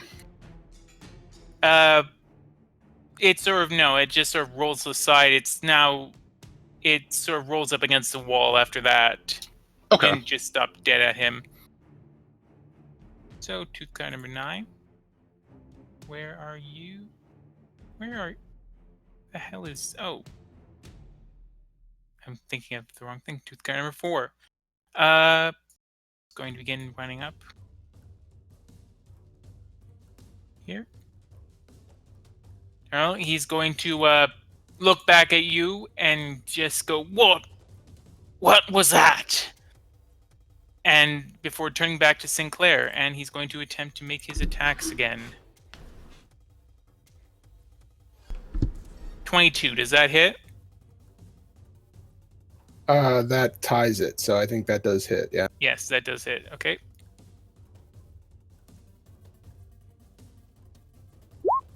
So 7 points of damage. And he will now attempt to attack again. 19, though that does not hit. That does not hit. Yes. Tooth Guard number 5 is going to run up. And Sinclair, it's your turn again.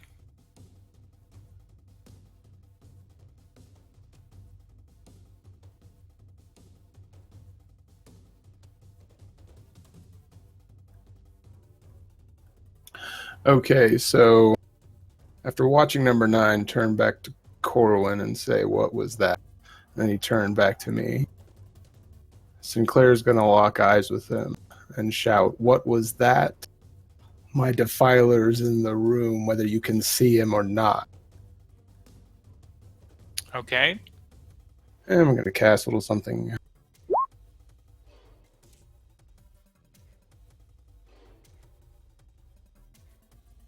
Oh, okay. That's on a failed save, obviously. So DC 15, intelligence save on number 9. Okay.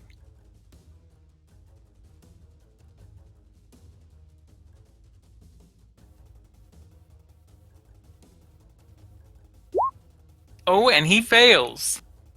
So immediately, this guy begins. What? Defiler? What do you mean? And he begins freaking the fuck out at this. As he begins looking all around him. That's what I was saying. Visible demons. Demons in the fireplace. All right. Tooth Guard number 8. He is not believing. I'm going. Sorry, Saito, yeah. Before my turn's in, I'm going to spend another key point to take dodge as a bonus action. All right. And what does that grant you again? All attacks against me come with disadvantage. All right. So this guy's going to attempt to attack you, but doesn't hit with either attack. Number 7 will also attempt to attack.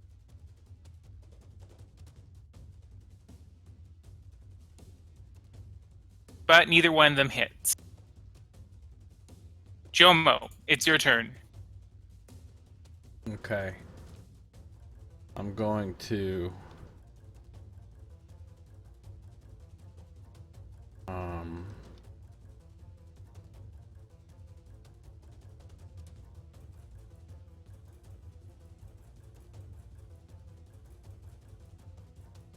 I'm going to move over to here. Yep. And...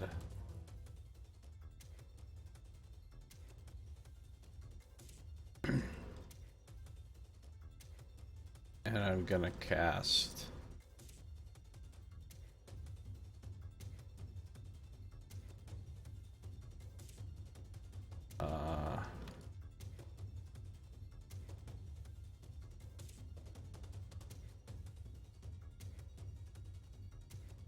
produce flame and throw the flame at... Which one of these guys looks the most hurt? Number 9 looks the most hurt. Throw the flame at number 9. All right.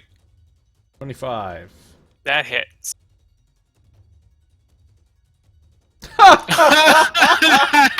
Wow. Thanks, produce flame.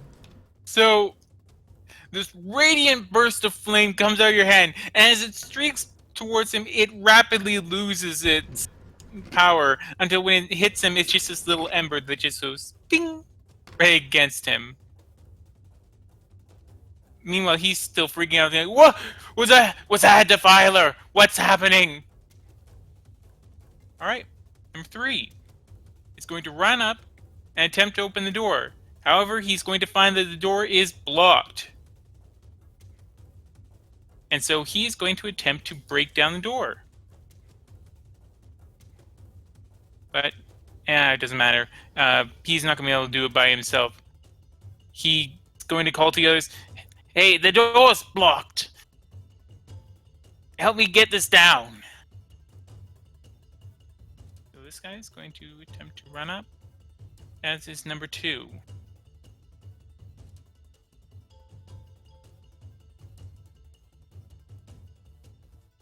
That body's still laying there, too.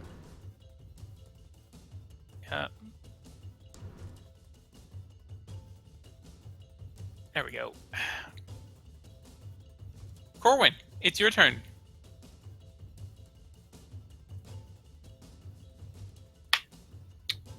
Corbin will again, he'll kind of, seeing this, little bit of flame, he's going to go, "Ah!" And he's going to kind of move his hand over his face in a protective fashion. But once again, another log leaps forth from the fire. Okay. Ooh, nice damage this time.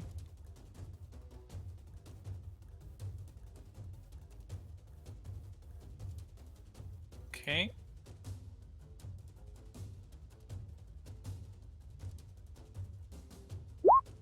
Oh, so number 8 fails. And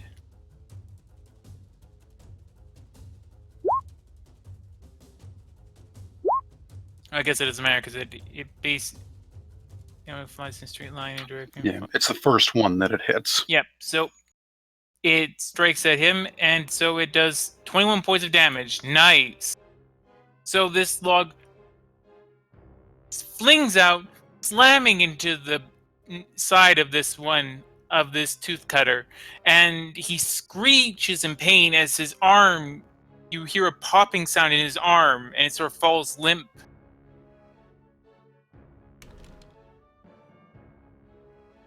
So tooth cutter number 4 is going to run up there. Tarnul, he is going to be looking around, and he's just going to start swinging wildly. Where is it? Where's the defiler? And he's going to leave. He's going to head out here, and that will provoke an attack of opportunity if you wish to take it, Sinclair. Unfortunately, he is able to block that. So yeah, you lash out with your staff, but unfortunately, this guy, even in his crazed state, is able to batter away your staff. Tooth cutter number 5. Going to run here. And Sinclair, it's your turn. So either 7 or 8, anything going on with that? 8 is looking a bit wounded. I mean, he's got an arm that's dislocated. Number 7 looks perfectly healthy.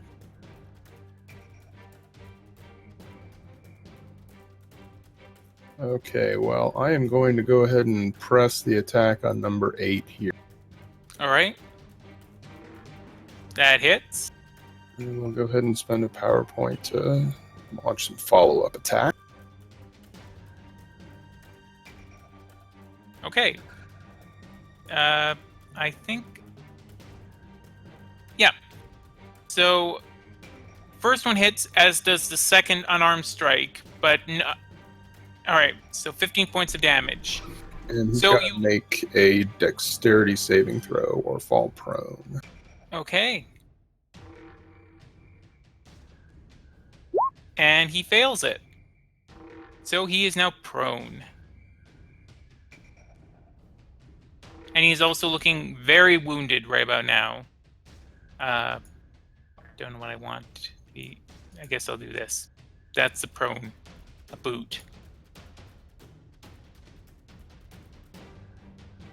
And tooth cutter number 8 is now going to attempt to get back up. And so the boot goes away by their boot. Goes And back he's to going- the boot barn. And he's going to re-continue his attack on you. 19 does not hit. Does not hit with either of them. Tooth gun number 7 also will attempt to attack. 19 does not hit. 22 does hit, however. Doing 7 points of damage.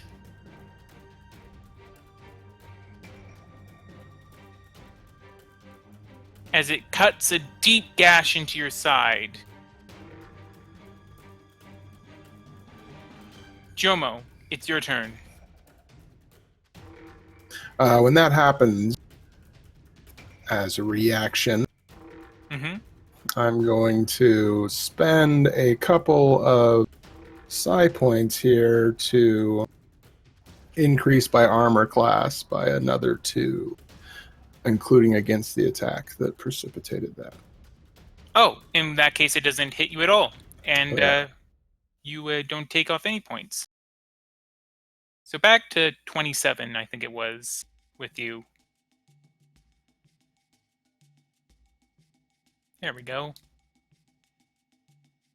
So Jomo, it's your turn.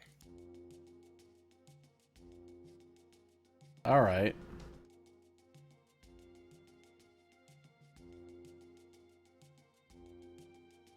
So let me ask you something.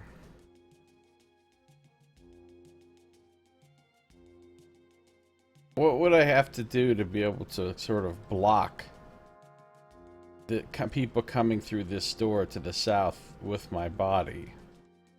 Is there You would basically a way I just can need stand? to get... Yeah, you could, if you got in the way and just stood there, you would be able to block. But, yeah. So it if would I'm like leave- right there, they Yeah. can't like get past me? Yeah, they cannot get past you. So those doors are closed. They are basically... Well, I don't know, are you closing that door? Yeah, I'm gonna go over and close that door, and then kind of like stand up against it, so you know. Alright. And then I'm gonna use. Yep. I'm gonna use Action Surge to give myself another action. Alright. And with that action, I am going to call upon the power of the flame to channel divinity with the radiant flame. Okay. So these 3 guys right here, Yep. they need to make Constitution saves against a 15, I think. Yeah, 15. Alright.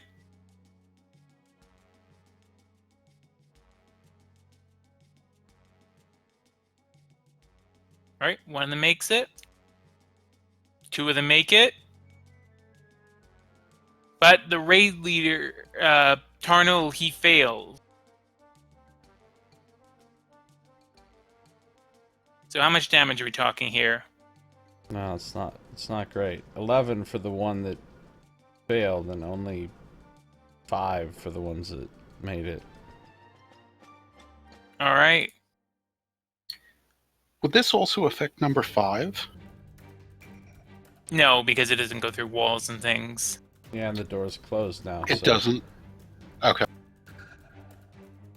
So, Tooth Gunner number 3 and number 2, they're going to continue bashing away on the door. So, I'm going to be doing a... and what is their strength at?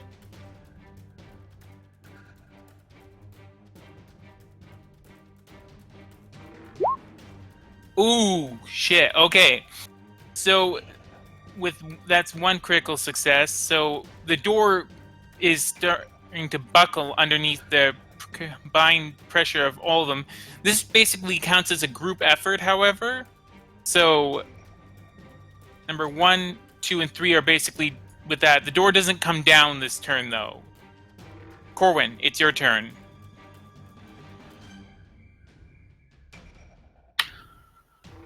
Okay. Now looking at that closed door there, given certain shenanigans with mage hands and mage hand ledger domains, would he be able to distantly lock the door so that would also brace that further. The door's locked with a key, though. Okay, so they can't be like relocked, like with, let's say, thieves' tools and that kind of thing. You could lock him with thieves' tools, yeah. Okay, yeah. In that case, Corwin will kind of cower a bit as once again he'll summon Mage Hand, which is invisible to thanks to the Ledger Domain. Okay. Tucked in its grip will be the Bone Thieves' tools. Okay. And the hand will float over to the door, and it'll attempt to do its best to kind of lock, and if it can somehow sabotage the locking mechanism to kind of make it like a permanently stuck as best as it could. All right. Go ahead. That's badass, no. That'll be a Thieves' Tool check. Yep. And that succeeds. You are able to damage the lock and prevent it from opening. Excellent. So, tooth card number 4, he's going to head over here, and he's going to be joining in with the... Well, he's going to sort of be staying back right now. Turtle is still freaking the fuck out, just going around thrashing the air with his sword. The Defilers! They're coming through the door! You gotta brace the door! All right, number 5. He's going to rush up to the door and quickly find it closed. And yeah, he's going to try and break down the door. But that does not succeed, however.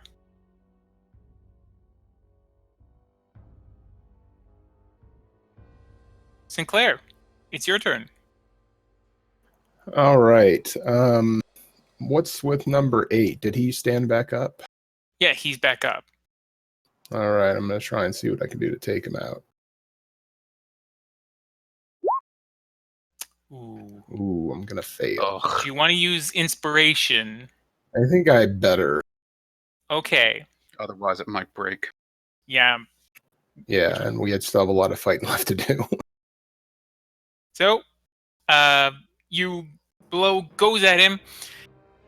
At first, the staff bends in such a way that you're worried it's going to break, but you sort of you do a sort of push with your hand, and it creates sort of like a wavelength, a resonance with it, such that it cancels out the wobble on the other end, and instead continues its force fully forward. And yeah, that hits. All right. 6 points. And yeah, that'll be it for me. All right. Number 8 is going to attempt to do bad things to you.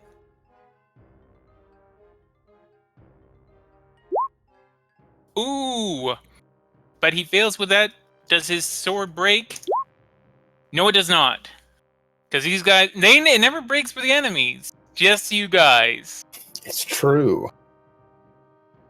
What was that one dwarf pack where they got several crits in a fight and none of their weapons broke?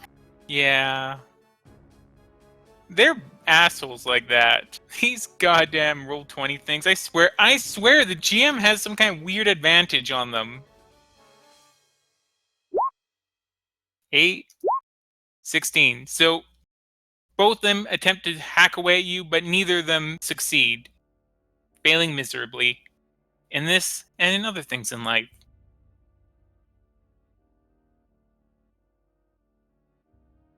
So Jomo, it's your turn. All right, number 8. He's facing not me, right? He is not facing you. That is correct. But I can't flank from where I actually am. Is that is that right? You could get behind him though, if you want to. Oh, and I could move back after I attack him. I'm not going to provoke anything because I'm not leaving his area, so I'll kind Especially of if you- sidle over here. Especially what? Especially since you don't have. If you kill him, you won't have to worry about opportunity attacks at all. That's I don't true. know. Don't know if you can do that with him. We'll see. Do you have any chaos weapon or anything like that? Then maybe, or if you're going to use the spear. No, I do have a couple of chaos weapons I can use. So let's go ahead and try an attack roll from behind with the dagger. You have advantage. That hits. All right, so I plunge my dagger into his lower back, and then I channel the power of the elemental chaos through the blade into his body.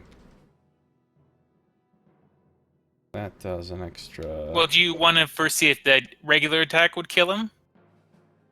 Oh, sure.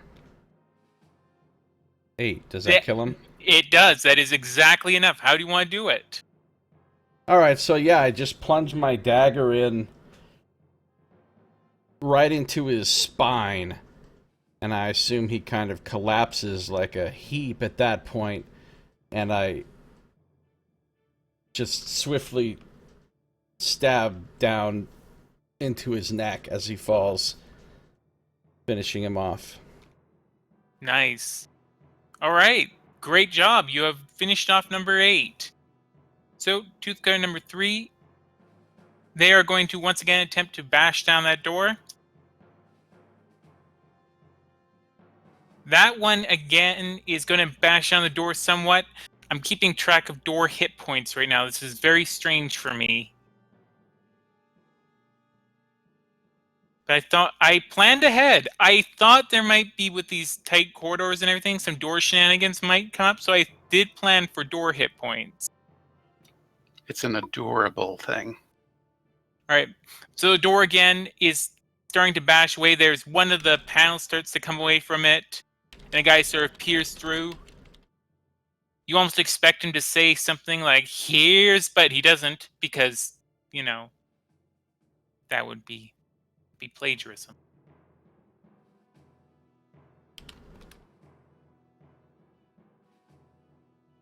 Yes, I think we all got the pun, Josiah. Corwin. Corwin, It's it's for your the turn. audience. What do you want to do, Corwin? Okay. Does Corwin notice the hole in the panel in the door? He does. Would it be enough to cast a spell through the door? It would. Of course, you do realize the person will have cover unless it's a spell that doesn't require anything, any cover elements or the like. Don't come in here. It's dreadfully hilarious. Oh, snap. It's quite ridiculous. Laughter Okay. therapy. So let's see here what's going to be happening.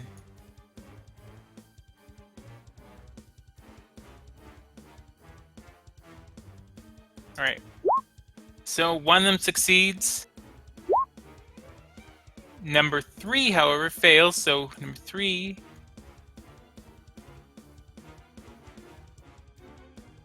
I thought I saw a smiley face thing here, but I guess not.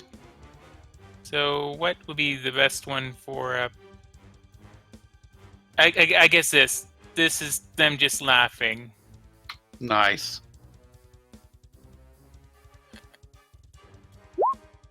The other one succeeds. The other one fails.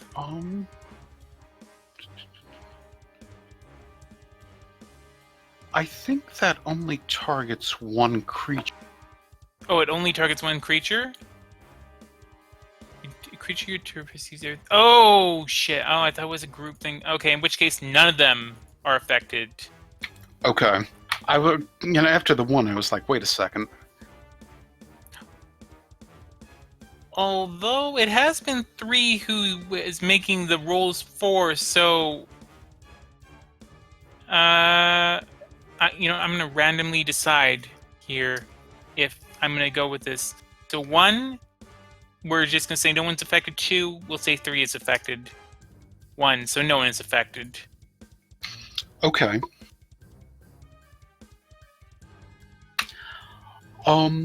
You mentioned something about the logs rolling off to the floor. Are they still on fire? Or off to the... Yeah, there's some embers burning and the like. Considering that Mage Hand lasts for a minute, and considering that Ledger Domain lets him use it with a bonus, Okay. Corin will go ahead and have the Mage Hand grab a log and drift over to the nearest one, probably number 7. And the log will just sort of drift as close as possible and attempt to set him on fire. Okay, well, you're not really going to be able to set him on fire, unfortunately. But, Something detrimental in that realm. okay, I'll say that, yeah, it's not... I'm not really sure we'll be able to do too much there. Okay. Yeah. It was a good idea, though. Alright, number 4. Number 4 is going to see that they're working with this door, so he's going to attempt to head over and help out with number 5. Number 9 is still freaking the fuck out. Still swinging around. Though he's now starting to zero back in on it looks like he might be starting to move towards Corwin. Number 5 is going to once again attempt to take down the door. But does not succeed in damaging the door. Sinclair, it's your turn. All right, focusing on number 7 now. Let's take this guy out. Okay, unfortunately that does not hit. All right. I think that's it for me. Okay.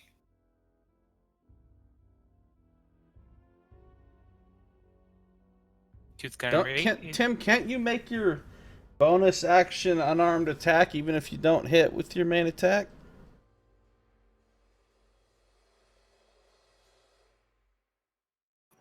I can, yes. Question is, do you want to, or do you want to save up those? No, yeah, I've just got 1 PowerPoint left right now, and this doesn't seem to be an emergency situation. Well, okay. Don't you get a 1 attack for free anytime you want without spending key? And then you spend key to get a second one, right? I mean, unless your thing is different from like normal 5th edition monks.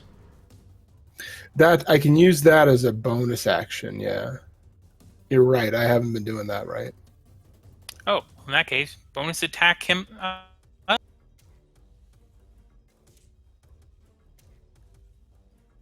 And that one does hit. For 6 bludgeoning damage. So, he thinks you got 1 fist, but you got 2. That's what I'm talking about. You slug him right across the jaw. Thank you, Josiah. Yes. No problem. We had to make that shit track with the song. Jomo, it's your turn. Alright. What the hell is number 9 doing?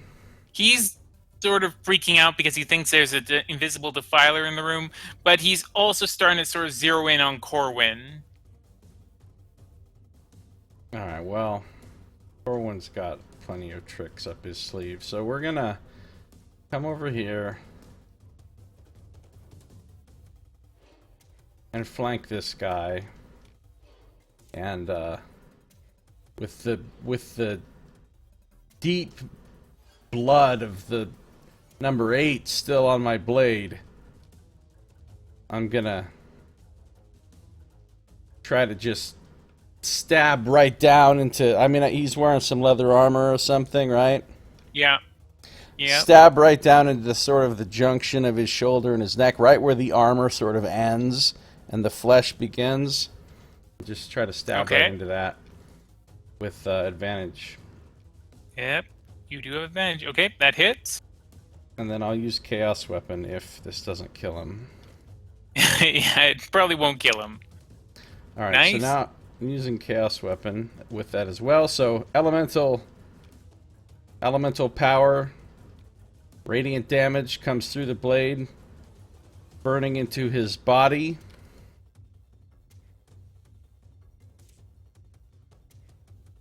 So that's a total of 19. Nice. Okay. This guy is looking pretty damn wounded now, as you not only jab right into his neck, but also sear the wound with the powerful chaotic elemental energies flowing within you. And then Number I'm going to 3. move Okay. back to here so he can opportunity attack me if he wants. You know that door's locked now, right? Yeah, but if he busts through there, I still want to be in the way. Okay. 24 hits. Yeah.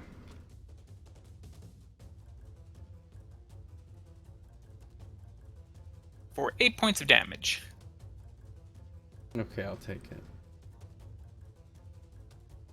So these guys are going to continue to try and bust down the door.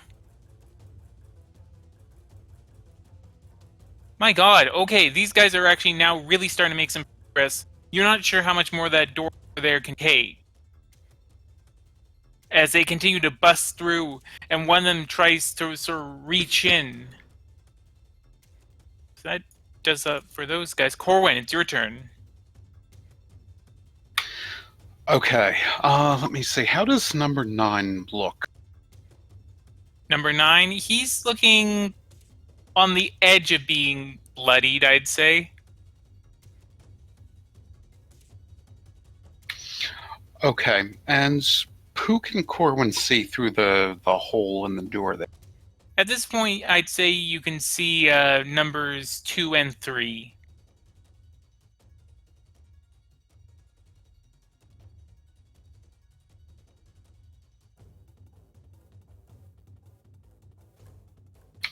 Okay, and they both look perfectly healthy, I'm assuming. Yep.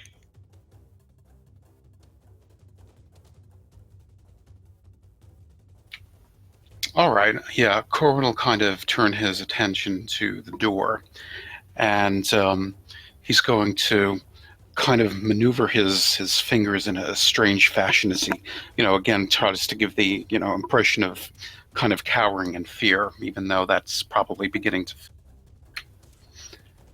And...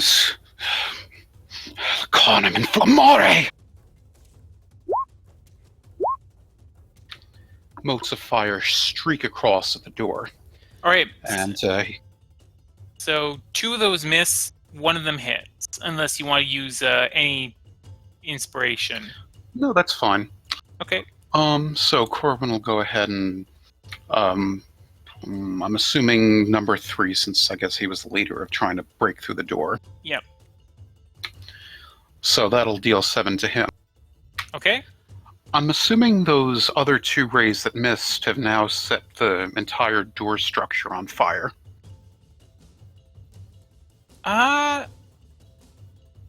Corwin's also going to reinforce that by the mage hand with the log going over and kind of laying it on the bent table there in an attempt to start to light that ablaze. You know what? I'll say okay. So the door has, it's began to... fire has now began to catch on the doorway. Yeah, I mean, basically And the table.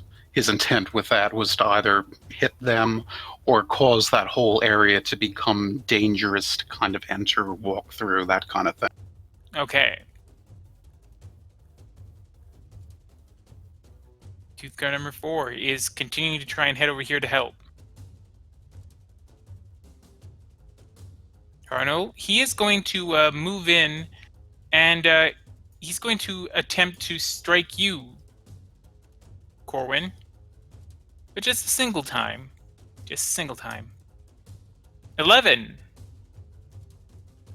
No, you missed over there. Look where the fire is. If that's where he is. He travels to the flames. I saw him. Okay. Tooth gunner number 5 is going to attempt to break down the door, but does not manage to do anything. Sinclair, it's your turn. You're really committed to this bluff. Aren't I? All right, do what we can to take out number 7. Bringing my staff to bear against him. Ice time. Ice time. That hits. Ice time. Ice time. Ooh, nice. And you can now do your unarmed, but that unfortunately misses.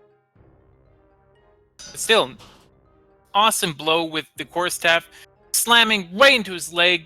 This cracking noise fills as you think you may have broken his kneecap. Number 7 is now going to try and attack you.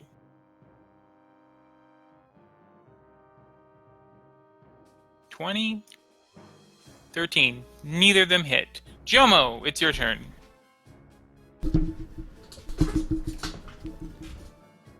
Okay, backstory. I was doing ice time real quick. Oh, nice Okay. time. Very important. I can't sing the song and hold the push to talk button down at the same time, so. Oh. Yeah, That's a travesty. you have to have mage hand. Yeah. I guess I could like jam something in my keyboard, but that would Nice. probably be pretty obnoxious while you're trying to continue playing. Alright, so the door's still holding for now. Number 7 is still on his feet. Yep.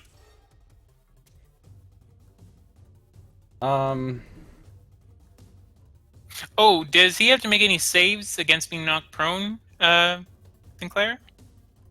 No, he does not. Okay. Alright, I'm gonna do the same thing I did last time. Move up behind him. And,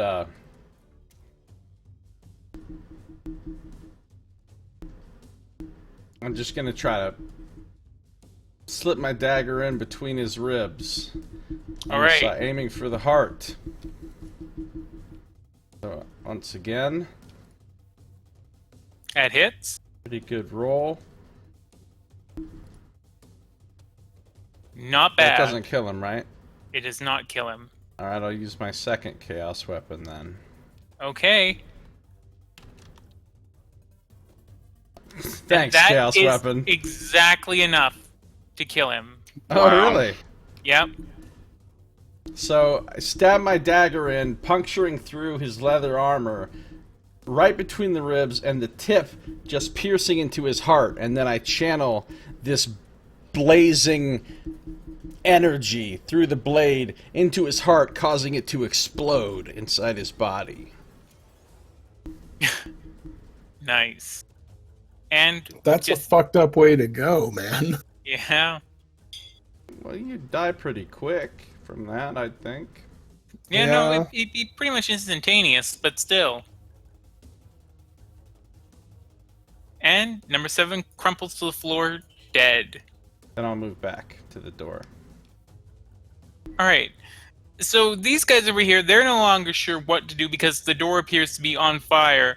The blaze hasn't quite spread to their side of the door yet, so it's more the table that's on fire right now. So they're gonna continue just to try bashing down the door, hoping to get in before the blaze begins to take the door itself. And that will not, yes, that will be enough to do a bit of damage, but the door still stands for now. And 3, 1, 2. Corwin, it's your turn.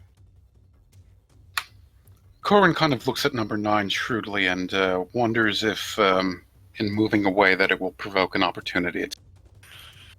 He looks pretty distracted. I will let you make an insight check to get an idea and to save his mind for as bonus action here. Okay, I mean, he looks distracted. That's about as much as you can tell.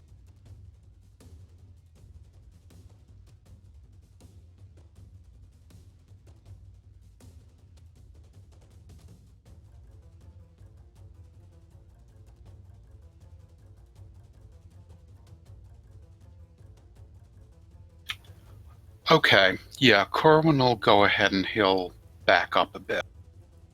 Okay. And you successfully do so. He does not attack you.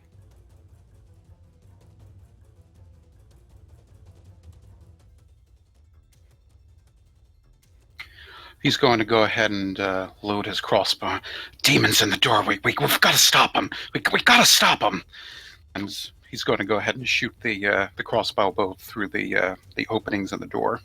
All right. So they've got right now 3/4 cover, basically.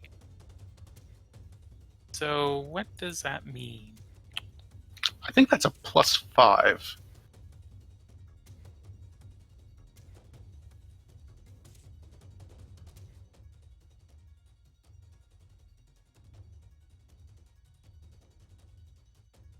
Yes, a +5 to AC.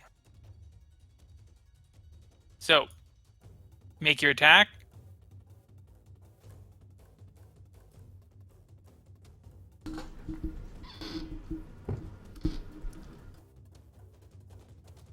And wouldn't you know it, you got over it. So, Really? make it, yeah, Excellent. just hit it. And that's 8 points of damage. I'm assuming, so to number 3? Yes. So the crossbow bolt streaks across, and even though they're still obscured by the flames and whatnot, you're able to get him right in the arm, and he howls in pain as he moves back a bit. Right. And I'm assuming even though he's kind of surprised by that, it wouldn't be sneak attack. No, not a sneak attack. Okay, I didn't think so. All right, number 4 is going to move here, and he's going to start trying to help number 5 in bashing down this door. Tarnal is going to start moving over here, freaking out. Number 5 is now going to attempt to bash down the door again, but doesn't do anything whatsoever. Sinclair, it's your turn. How big is the fireplace? It's about there. It's about 5 feet in width. Does it look like... Well, okay, so what I'm going to do is I'm going to walk over here and then just stick my head up to see if it's large enough for a person to climb up this.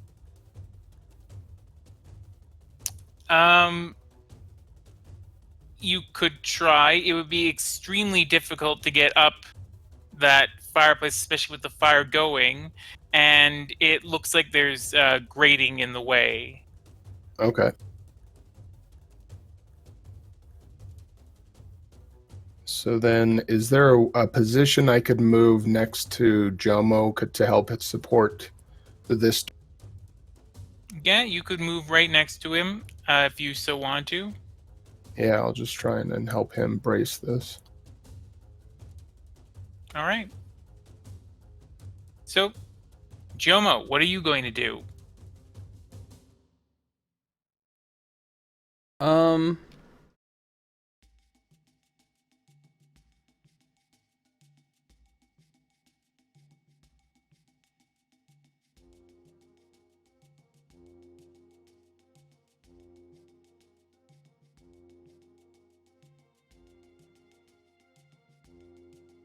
I don't know. I will, well, how badly hurt does, Sinclair look? He's looking pretty badly hurt, and I wouldn't say he's at the bloody stage yet, but he's pretty close. What about Corwin? Corwin is fine. Has no damage on him whatsoever. Okay, that's good. Alright, I'm gonna go ahead and cast a Cure Wounds on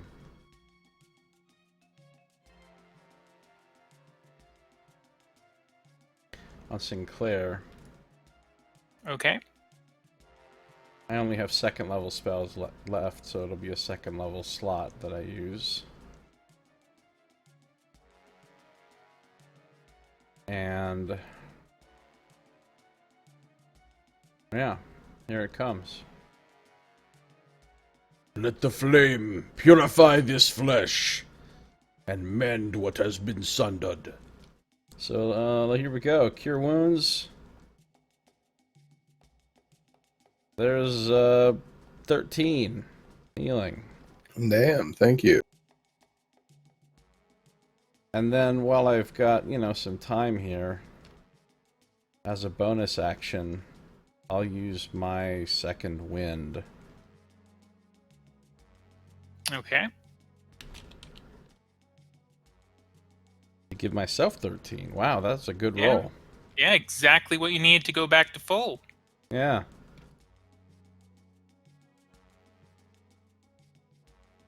Okay. So I'm these done. two cutters are going to be continuing their attempt to get through the door. Okay, but that one utterly fails, so they just completely fail their attempt. The door is now beginning to catch on fire, though. So that will weaken the door, but at the same time, it may make the cables now pretty much engulfed in flame. And at this point, you would say they basically, if they want to get through, they better do it now. Otherwise, it's going to be too dangerous to go through, unless they want to be really brave guys. Corwin, it's your turn. Okay.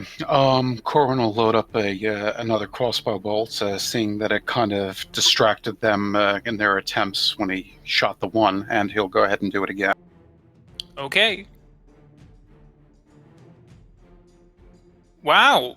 Not bad. Oh, that wasn't the greatest roll, but But still, that yeah. So another crossbow bolt flies out through the flame and strikes this guy right in the collarbone.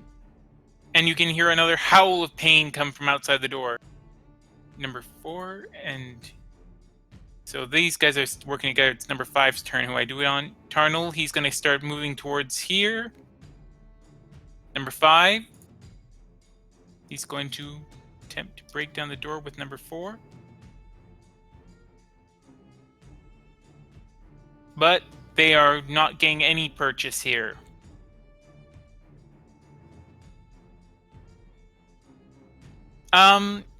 I would say at this point that you are Sinclair and Jomo, you're fairly certain that you could leave this door unattended and deal with another threat, and you'd be relatively safe from them breaking down the door for now. Or if just one of you wants to secure the door. Okay. So Sinclair, it's your turn. So yeah, I will then shout back to Jomo and just say, "Hold it a second." Hold the door. Yeah, and step out. Go after number 9 here.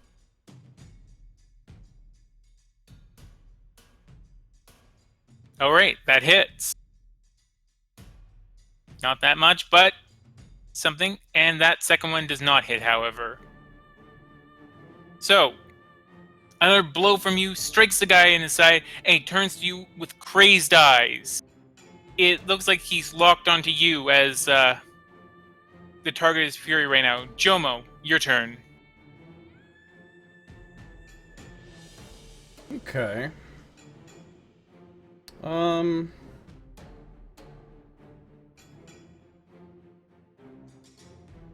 gonna throw a dart at that guy. I've got these darts that I bought a long time ago and I never used them. They do the same damage as my daggers, so there's no reason to even walk over there.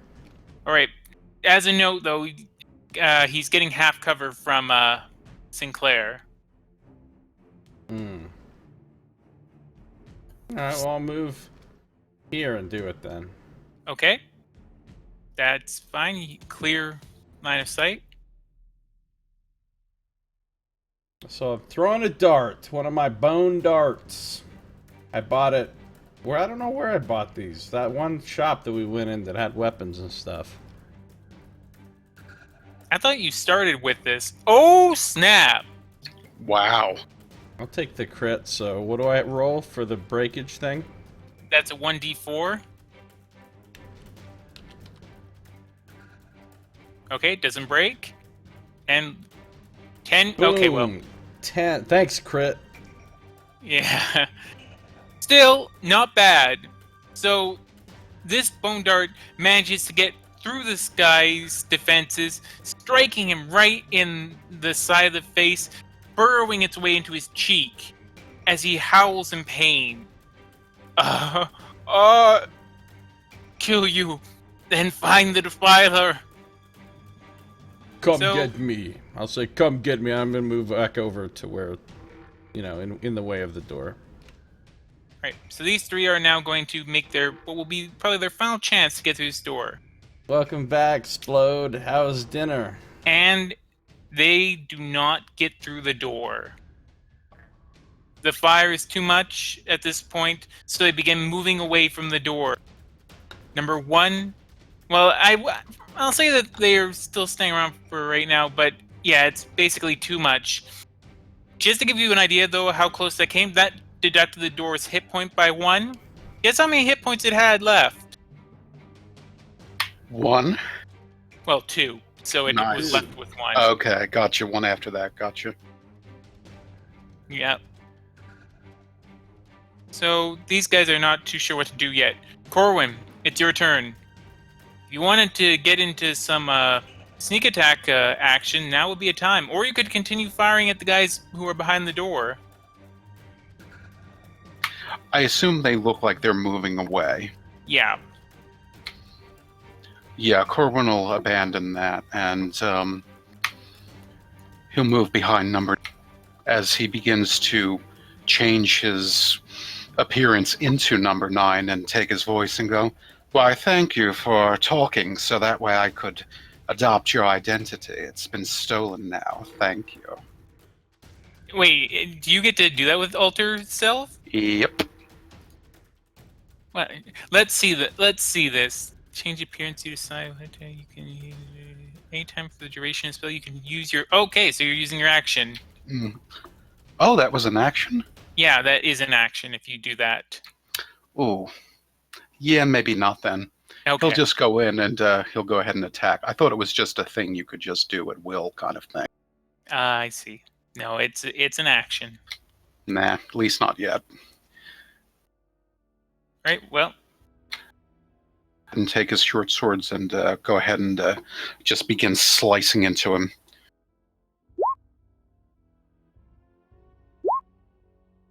Nice. Nice. And offhand? That does not hit, however.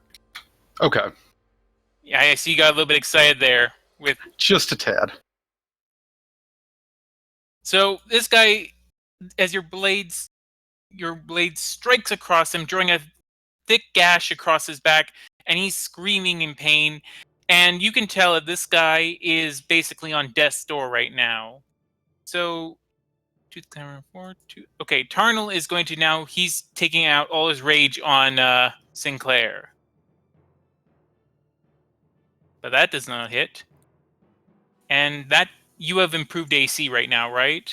No, but as a reaction, I will go ahead and get that again. So it's now 23. Okay, so that doesn't hit. So both attacks, one of them looks like it's going to come through, but again, it just strikes your skin, and it's as if it's made of metal. Because you're a cheating ass mystic. Very balanced. Using made-up ass abilities that you literally just made up right now in this session. Right, 5 and 4 are going to begin trying to bake their way through the door again, but they're not making any progress. Sinclair, it's your turn. Oh, yeah, I'm going to end this guy. That hits. That make your second attack. That hits. How do you want to do this? Remembering that this is the guy, this is the one right here who was doing all these inhumane operations upon these people.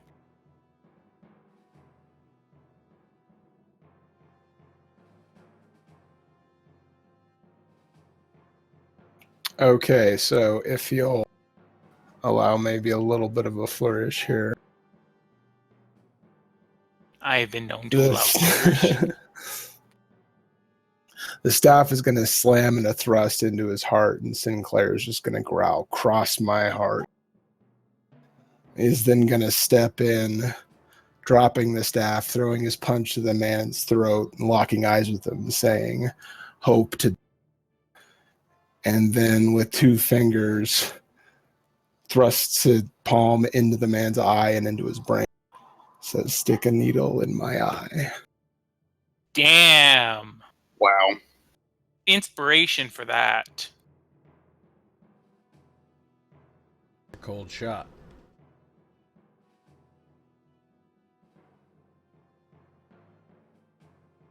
And Tarnal, leader of this particular faction of the Toothcutters, falls to the ground dead. Jomo, it's your turn. Can I say something at this point, or You can if you want. Yeah, that's fine. just going to shout, "The man's dead. Whatever he's paying you will do better."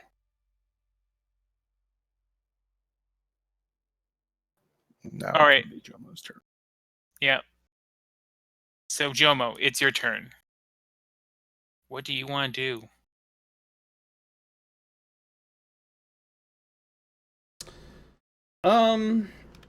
I couldn't open this door if I wanted to, because it's locked.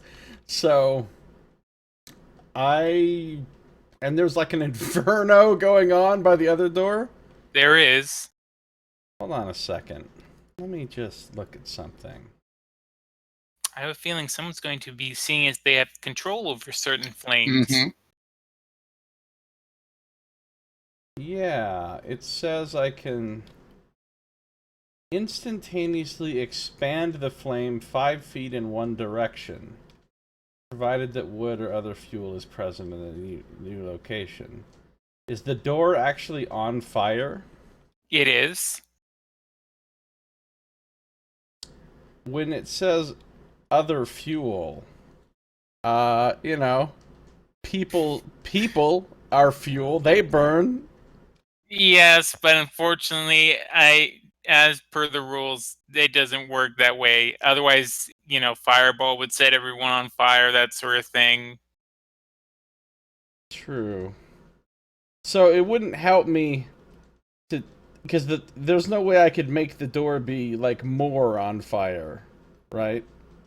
Right. I mean, you could cause it to spread to the ceiling, though, if you wanted to do that. What's the ceiling made of? Wood? Wood. What's the floor made of? Stone.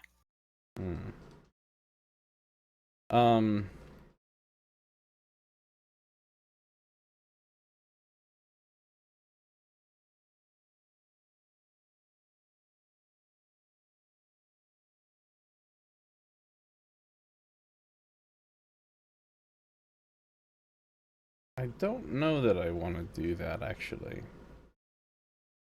I mean, setting the place on fire is fun and all, and we want to do that, but don't we? I think we kind of want to get the people out first before we turn this whole place into a bonfire. Yeah? So, I guess what I'll do is just...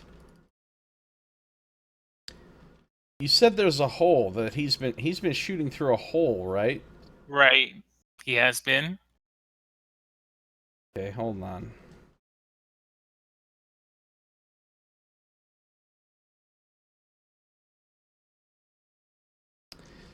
I think if I move to right here,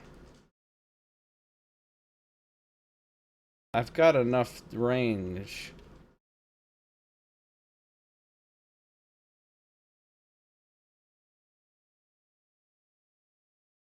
What kind of penalty would I be dealing with to make a ranged attack through there? They would be getting a +5 to their AC. Okay.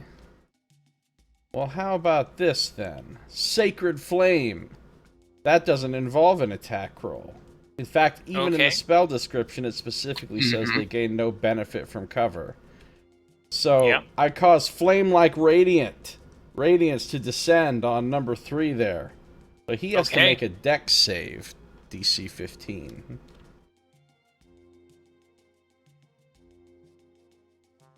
Which he makes. Okay, I don't think he takes any damage then. Yeah. And actually, they have a special thing where even if they basically have the rogue ability to nullify damage if it's Oh, cool. half save or yeah. Well then, and then I move back to the door and I just chill. Okay. So number 3, he's going to start moving. They're going to be dashing basically.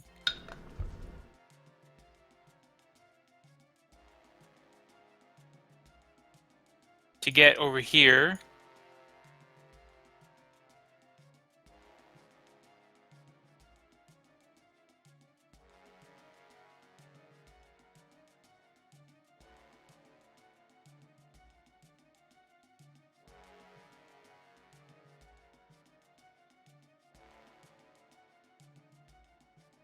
And Corwin, it's your turn.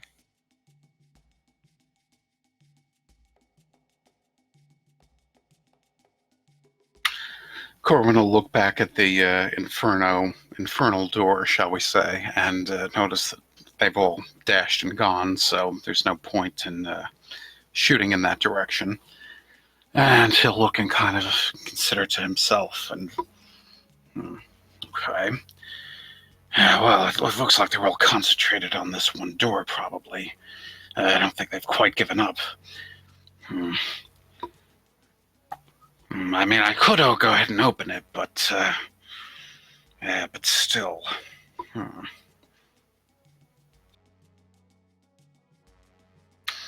You know, maybe I can. And Corwin will actually go ahead and use that alter self ability, and he'll go ahead and become Tannel, I believe it is. Tarnal. He'll go ahead and become Tarnal, and he'll adopt his voice and go. We're aligning with these people. They're a superior force from another city-state. If you just drop your weapons and kneel, they'll realize that you've sworn fealty to them. All right, make a deception check. This is a Nox bluff. This is literally I'm the king of the. It is I. It is I, king of the tooth cutters. Yeah, that unfortunately, it does get them talking, and there's suddenly a lull in the constant bashing against the door, but you're not hearing any weapons dropping outside. Okay. So these guys are going to take a pause for now. Sinclair, what do you want to do?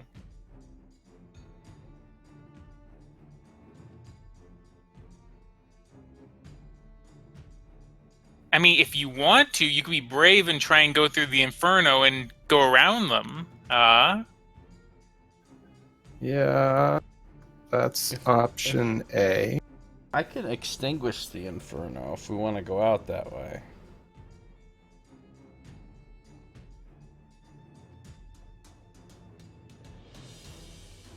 But then we still have to make our way. There's still a whole, a table there, and everything's. I mean, just getting through there would be a pain in the ass. Even if the fire is put out. Mm-hmm. It would be kind of funny though to go out that side while they're all coming in here, and then just go do do do do do do do and just sneak back down the hall. Yeah. I mean, that door is essentially destroyed.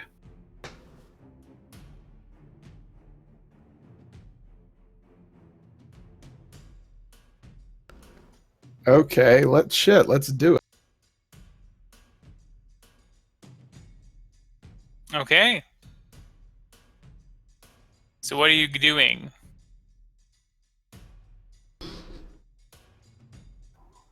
I'll just say, Jomo, cut the flame.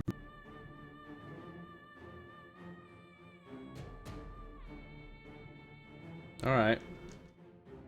Maybe you wanna just like ready your action to move after I do it? Yeah, and then I'm gonna exactly. Thank. All right. Well, I got 60-foot range on this.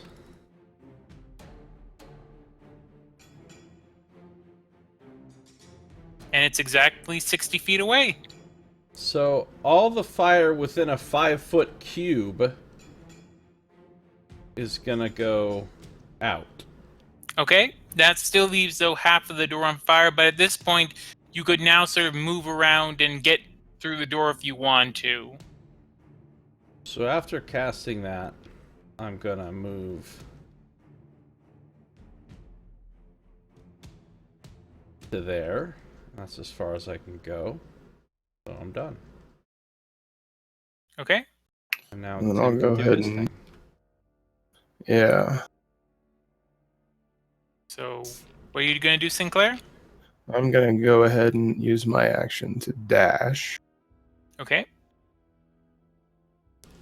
You'll need to use an action to sort of move things out of the way and get through the door, but Okay, in that case, I'll just move.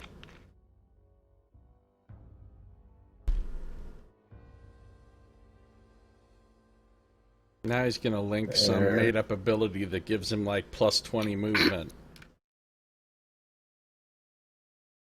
all right. I'm gonna go ahead. Nice. And no, yeah, then I'll just start to move stuff out of the way. All right. So, these guys are going to move up here. At one time, only 3 of them can actually do this at once, but they're all going to begin bashing away at the door. Now, this one does not have a table or anything bracing it, so it's not going to be able to hold up quite as well as the other door, but... Okay, that does a point of damage to the door, so the door begins buckling, finally. That's all of their turns. Corwin, your turn. Corbin kind of considers what he knows about the door and wonders if the freezing water trick would do well to solidify that considerably more. The freezing water trick, though, the whole idea of it was that it froze the lock. You've broken the lock, so you've basically done the same thing. Gotcha. Okay. Yeah. I mean, this door is not nearly as sturdy as the doors that are leading into this place, but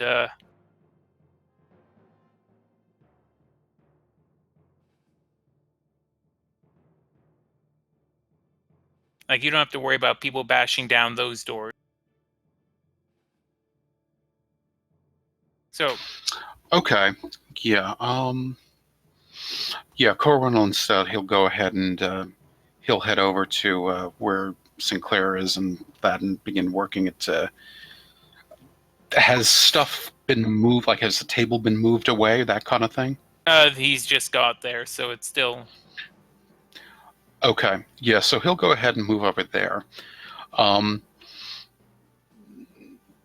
With everything that's been burnt, and kind of charred and ruined and split apart and such, could it be mage handable away? The big thing is the table that's still in the way, and the remains of the door, so those aren't really mage hand. I mean, well, the door maybe, but the table you can't really move with mage hand. Okay, and the door is closed. Yeah. But it's mostly burnt away, so at this point it's no issue really to open it once you move the table out of the way. Though it wasn't even locked, so, you know.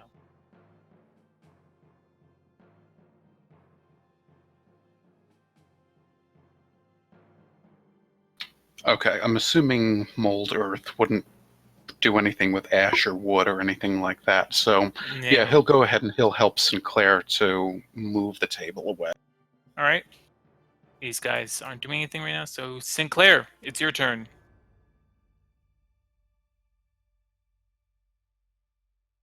Okay, so do I need to spend more actions clearing stuff away, or how are things looking? Just one action to move stuff away, or did you already spend that action? Yeah, last turn I had an action to spend. Okay. Right, because you can move 8 spaces. Okay. So, yeah, you've moved the table and stuff away. So yeah, you can go through. Okay, I'm gonna do that then. I don't know where it is, but I'd like to move up right to the corner so I can look around. Okay, that's close enough.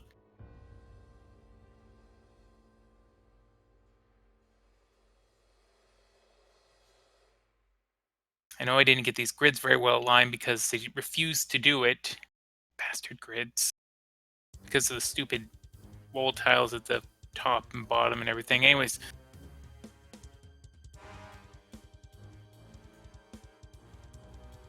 So, you can take a look around, and you can see all... You can sort of peer down... Well, actually, you can't really see them because the way the walls are laid out, but you can see the end of the corridor and it's clear.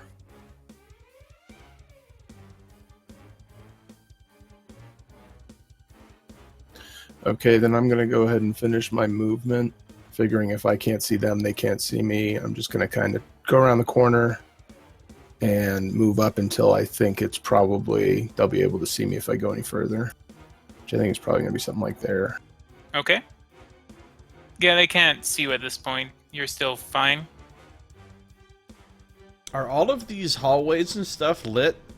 Like completely lit with torches and stuff? Yeah, it's just dim light for most of the place. Bright light in the main room you're in and in the barracks. How high are the ceilings in here, by the way, like in the corridors and such? They're about 15 feet high. Okay.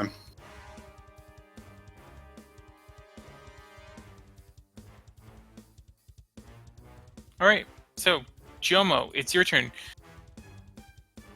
Sirshu says, "Hey, you want to try setting that door on fire?" I was just thinking about that.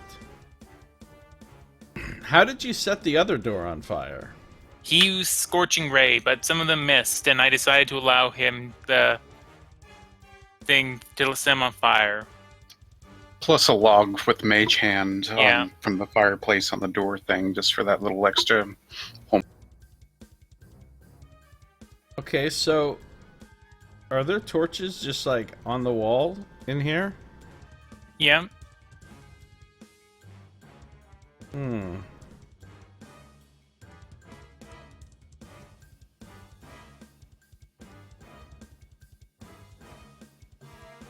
No, I don't think I'm gonna try to mess around with setting that door on fire. I'm just gonna go. As a note, though, the fire is still spreading because you only put out half the flame. While it's enough to get through, the fire is still spreading on the half that you didn't put out, which you may be totally fine with, by the way. Oh, I am. Let it spread.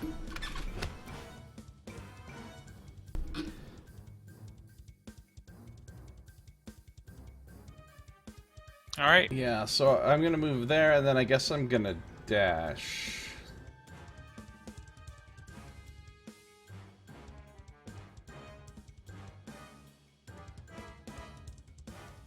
Basically come up right behind.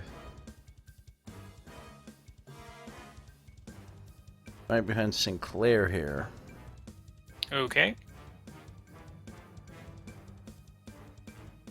Oh, you can like grab an item or something once in the turn as a bonus action, right? Or a free action. So I'm gonna make sure I pull my dagger out of that dead body as I go past. Okay. The one that was still stuck in him.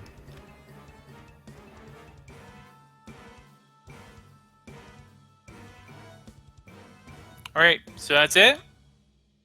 Yeah, that's all I did. Yeah. All right. So these guys are going to try bashing down the door. Okay, that does significant damage to the door. You can hear it straining and beginning to buckle away.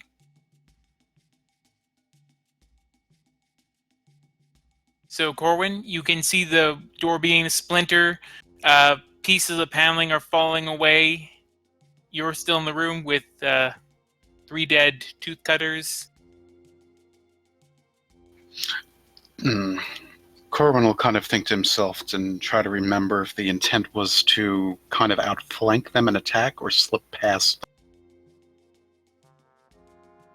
he'll actually he'll use his movement and get up there and go. Are we trying to? Are we wanting to attack them from here, or do we want to give them the slip? Let's get to the cages. Set the other ones free. We're gonna need our help to fight out of here. All right. Where's the armory? Like on this map. Where was the armory? It's this room here. Okay.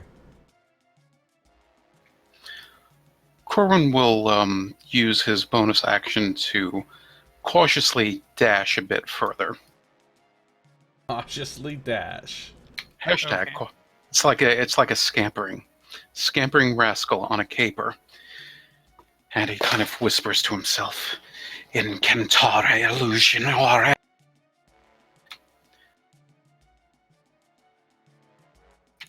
That particular area suddenly seems to be a solid wall. 5 foot Okay. down, the bottom part of it, since it's 15 feet up. Okay, nice.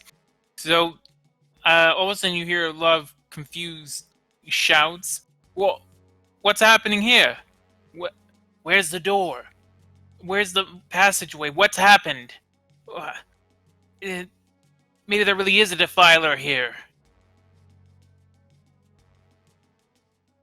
So they're starting to freak out. Sinclair.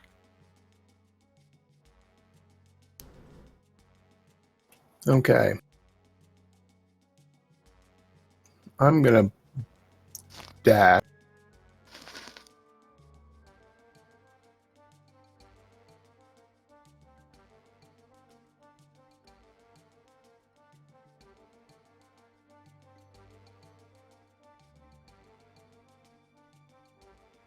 I'm gonna say if you dash, they are gonna know. They will notice you. Oh, I thought he had a sight line up. Okay. Through the wall of illusion? Well, it's only 5 feet high. How tall are they? Most of them are more than 5 feet. Really?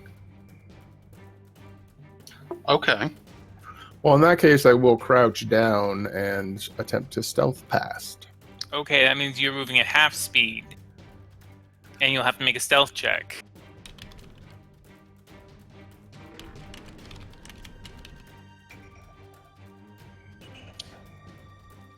Yeah, that's unfortunately not going to be enough here. So they notice you. And they immediately go, "What? Hey! One of them trying to escape!" So, yeah.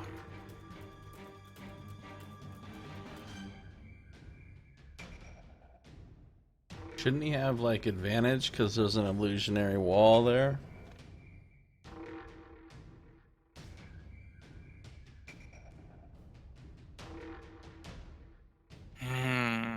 Like, I figured the wall would cover, like, the width of the corridor, and it wouldn't get all the way to the top since it's 15 feet, but Yeah, like, with what?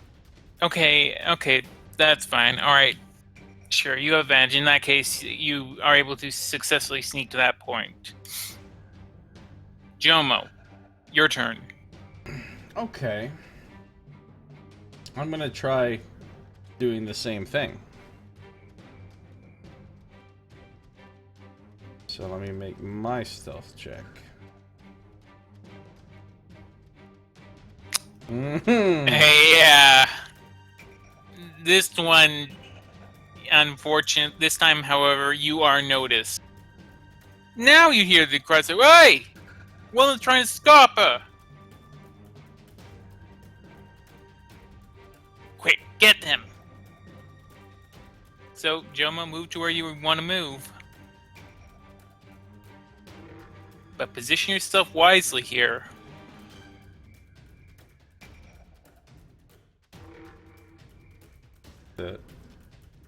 Alright. Tooth guy number 3. He is going to run over there, and he's going to run as if he's going to try and climb over the wall. So he sort of leaps at it and falls flat on his face right here. as he passes through the wall, as it's completely illusionary. And you go, "What the fuck? This wasn't real. They're arcane trickery, defile us." This has gotten them a bit spooked out. However, they are now beginning to move at you, and they sort of cautiously go through this not invisible wall, this illusionary wall. And I will say, yeah. And so they're going to come at Jomo.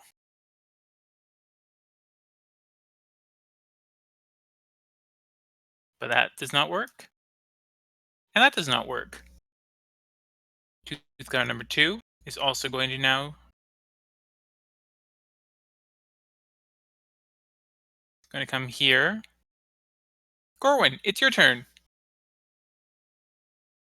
If you have magic, now's the time to start using it like crazy. Corwin smiles at them as they move through the wall, and well, I guess you saw that one through that one, he says in number 6's voice. And he'll move up a little bit, and he'll extend his hand up and go, "Rapturous!"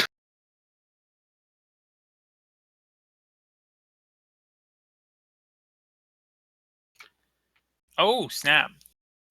He's aiming in that particular area as suddenly this unstabling, warbling mass, just, the wave of energy blasts, hits that wall, and is going to strike 1, 2, and 3. All right. And probably scare the bejesus out of 4 and 5.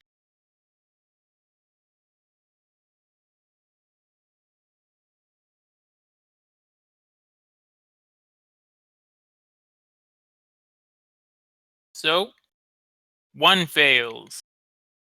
2 fails. 3 fails.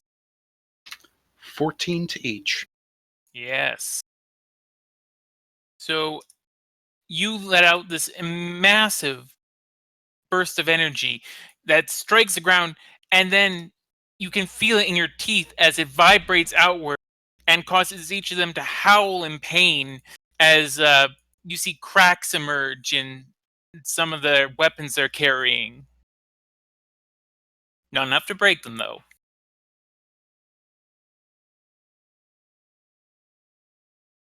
And they're looking at you very confused because, again, you still have the guise of number 6, so they're not quite sure what the fuck is going on here with you. "Don't go through that wall! It's deadly!" He's going to just scream out in number 6's voice. All right, well, they're still going to approach. So, 1, 2, 3, 4, 5, 6. Next time, make an illusion of a wall that's covered in spikes. That's So true. they won't want to try to. They won't want to try to mess with it. That's a good point. All right. Sinclair, it's your turn. Target-rich environment, bud. Yeah. And I think number 3 is heavily damaged. He took the couple crossbow bolts through the door. He is. He is indeed looking pretty wounded. Now's the time to bust out your made-up AoE power. I have no AoE power. Except for this one. No.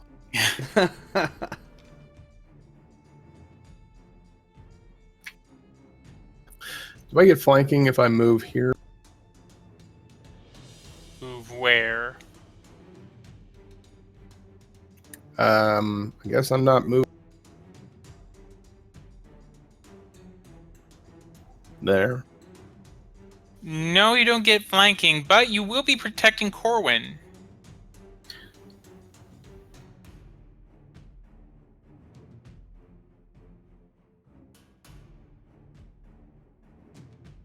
All right. Well, I'm going to move there. Focusing on number 1. All right. Let me just grab one thing real quick.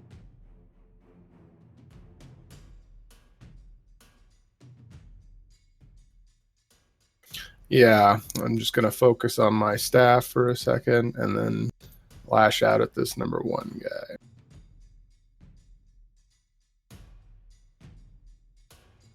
That hits. All right.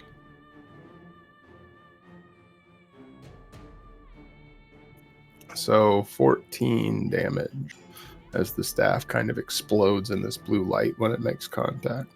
All right. Not bad. I mean, still 3d10, 7. Not great. Yeah, but, you take what you can get. And this guy is now looking badly hurt as well. As this energy strikes against him and a few teeth come flying out and scattering against the wall. Jomo, it's your turn. Okay. I'm assessing.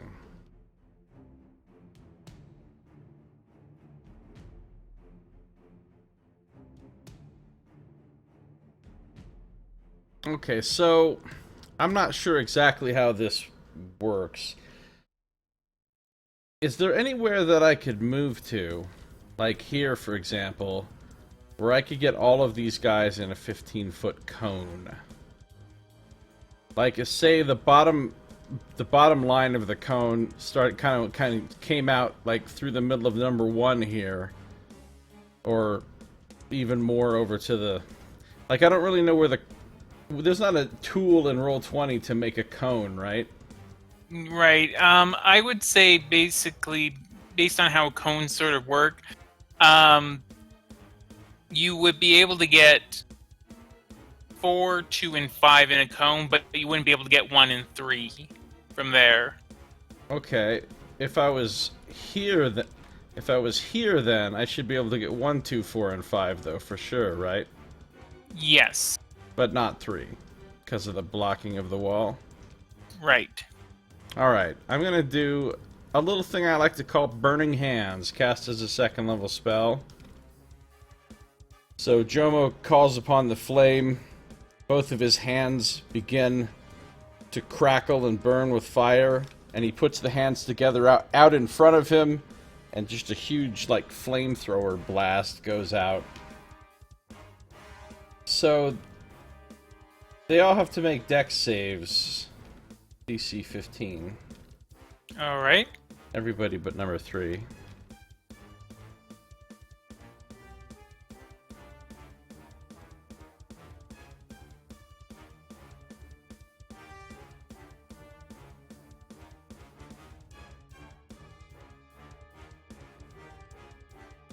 So 1 fails. 2 fails. 3 succeeds. But not 3. 4 succeeds. And 5 fails. Alright, so the damage on this is going to be...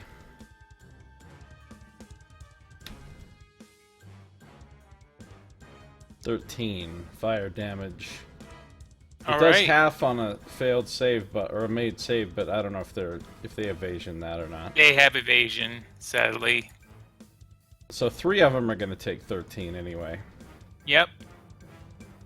So the fire blasts out, and although one of them is able to dodge out of the way, they engulfed in flame as they begin screaming as their skin is scorched by the powerful flames emitted from your hands. All right, number 3 is going to go like this, and is going to attempt to savage your body. Wow. 18 does not hit. 23 does, though. Yep. For 9 points of damage.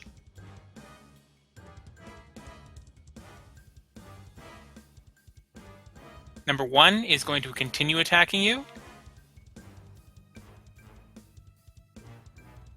But both of his attacks miss as you parry them with your shield. Number 2 going to come to here and is going to attack Sinclair.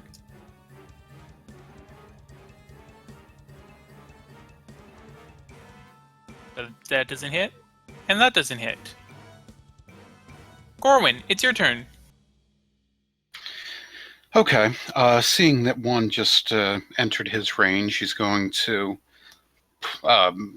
use his short swords again, and he's going to just weave a slashing attack against him. And you'll get sneak attack damage. Indeed. So, let's see this attack. That hits. That's not bad. And offhand. That hits. Oh, not good, but Yeah, something. 18 points of damage. So, this guy's looking extremely hurt right now. He is basically sort of just starting to have to cradle himself before almost as if he's going to pitch over. Number 4 is going to come here because it wants to get that sweet, sweet flanking on Sinclair.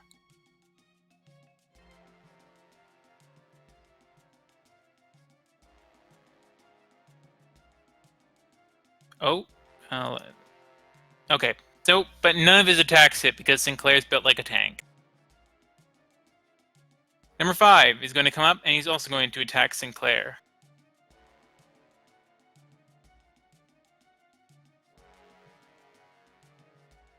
$22. That hits, doesn't it? It would, but There as a we go. reaction, Okay. the attack is deflected in a flash of blue light, and my AC increases to 23. All right. Not bad. So again, an attack block because Sinclair's basically unstoppable. All right, Sinclair, you've got one guy who's really wounded to your south. But Corwin could also hit him, so you might not want to take him. You've got one guy who's somewhat wounded to your east, and to the north of you, you've got one guy who looks in perfect health. Okay, well, I am going to first target number 2.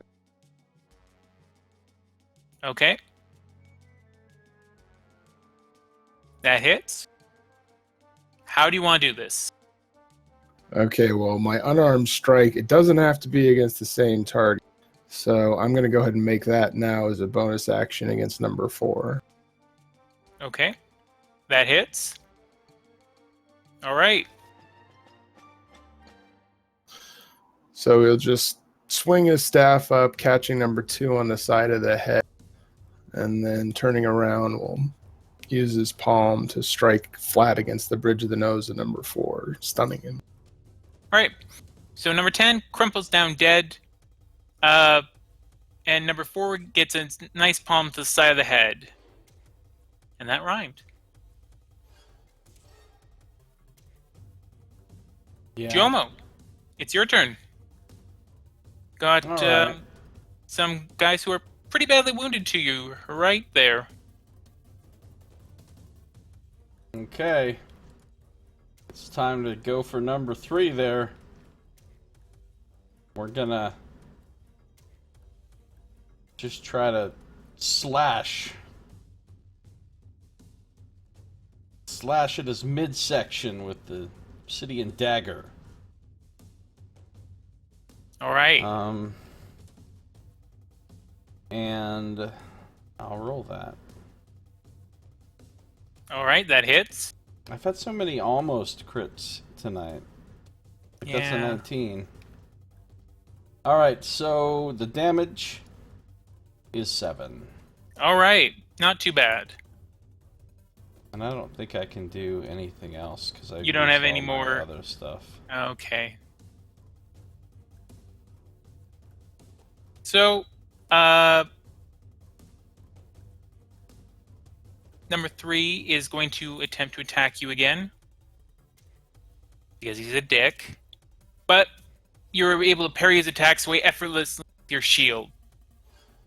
Number 1 is going to fill the slot that number 2 just vacated. And he's going to attack Sinclair because Sinclair has just turned his back on that position, so he will get flanking.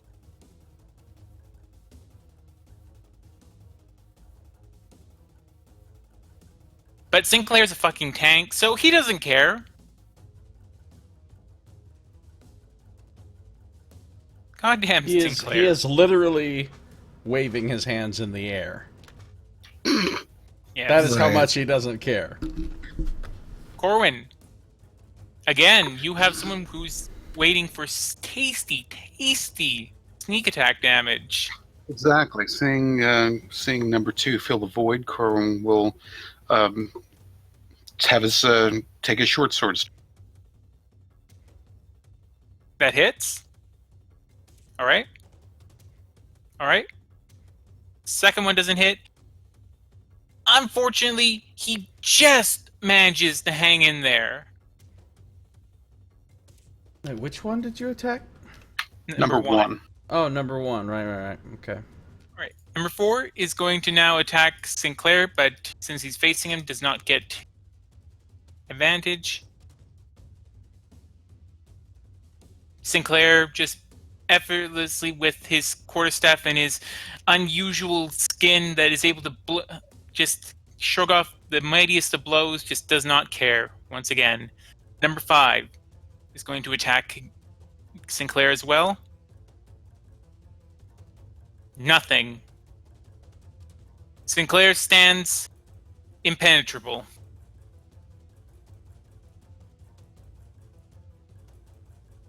Goddamn, Sinclair, you are such a fucking tank. Yep. I thought Jomo was going to be the tank, but no. It's a guy who's... Are you even wearing any armor? No, that just gets in the way.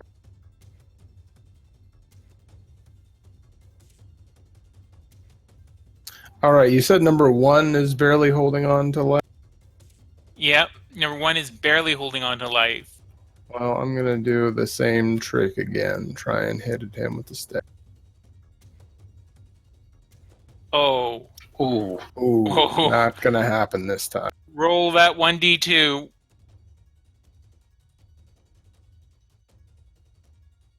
Oh. You're okay. So, you attempt to strike him with your staff. The staff, again, it bends, looks like it's going to break, but again, you correct it by smacking your palm against the other side, bouncing out the wavelength. And then as the bonus action, I will go ahead and make the unarmed strike. All right. That hits. How do you want to do this? Well, just keep going with what you said. I failed swinging the staff, almost was going to break the thing. I smacked the side of the staff to correct it. And then the thing bent forward and knocked him in the eye. And now he's dead. Poor K. Jomo, it's your turn. Alright, I'll just move. I'll sidle over to the south there. Moving around the side of number 3 and coming at him with the dagger. All right. That hits. For 6. All right. Not bad.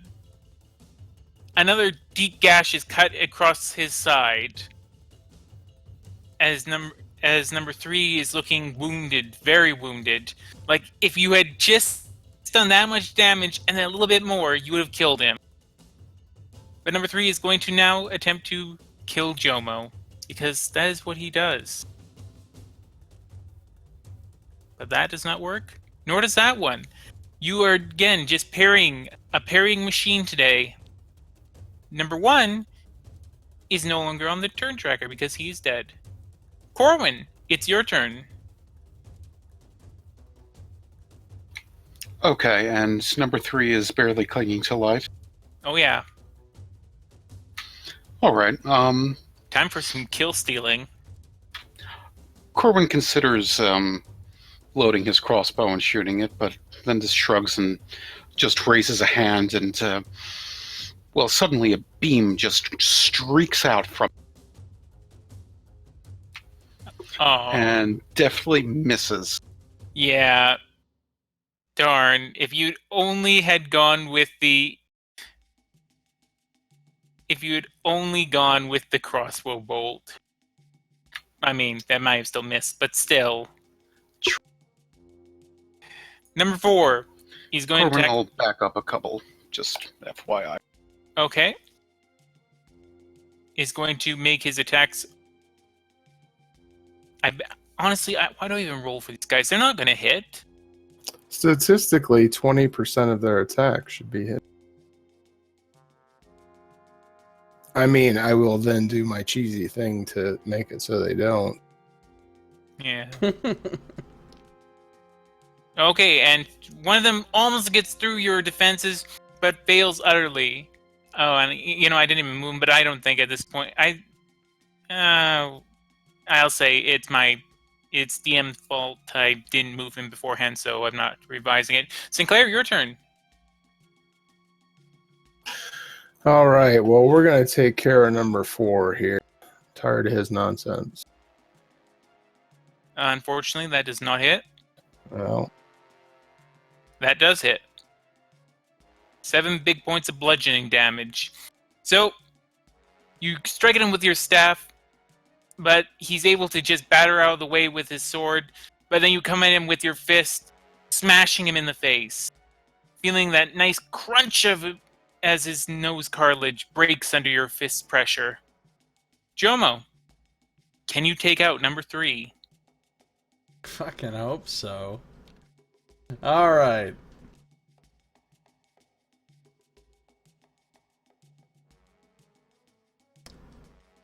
I say...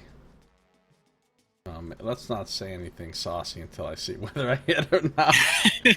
I'm not gonna, try to do a cool line and then miss. That would be lame. Oh! Roll that 1d2. Oof, I don't have any inspiration. That's not good. And that...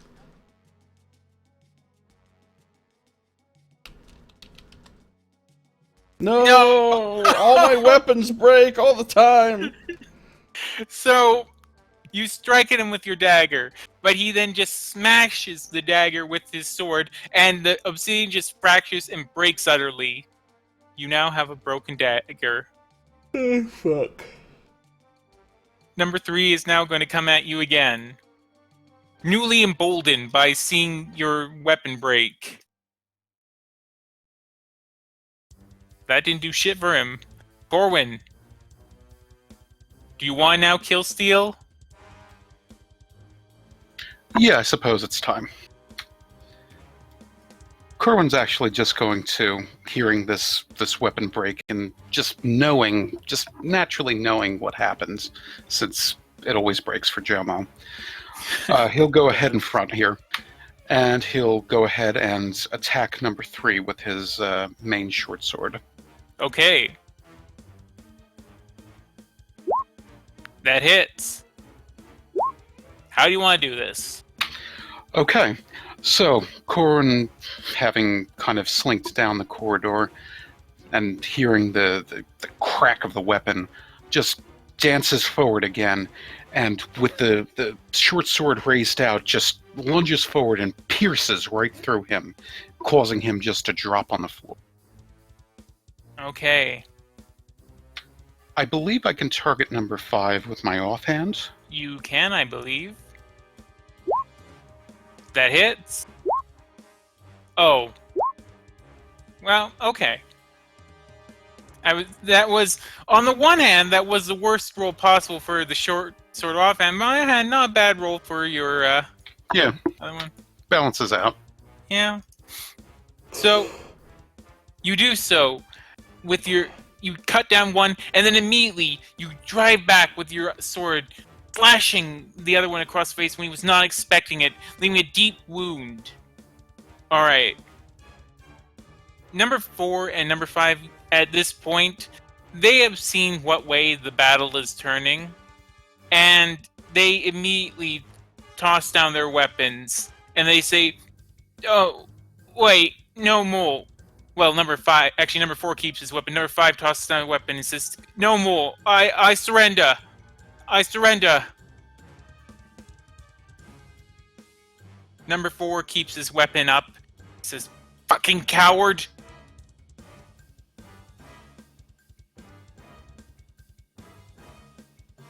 And number 4 is going to attack Sinclair because he is not a quitter. But he is a terrible, terrible shot. Number 5 is basically just staying there. Sinclair, what do you want to do? Number 4 shall feel my wrath. But it's a gentle wrath. Full of mostly unarmed strikes. Yes, the unarmed strike hits. 7 bludgeoning, not bad. So, again, staff misses him, but again, you just smash him, this time in his kidney. And he coughs up some blood, again bespattering you. Jomo, it's your turn. Alright.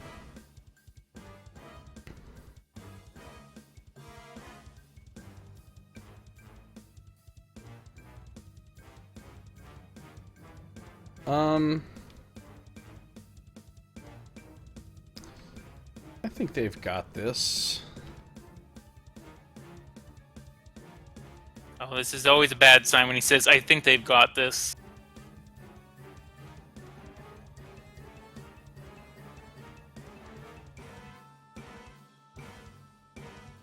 Alright, now I'm just gonna pull out my other dagger. If this other dagger breaks, I will laugh so hard. I'm gonna move over here and I'm gonna attack number 5. Oh, even though he surrendered. Okay. Yeah. You didn't give your prisoners a chance to surrender. That doesn't even make sense because... But, yeah, I don't care. Yeah! Yeah! Right. So I'm gonna just attack him anyway.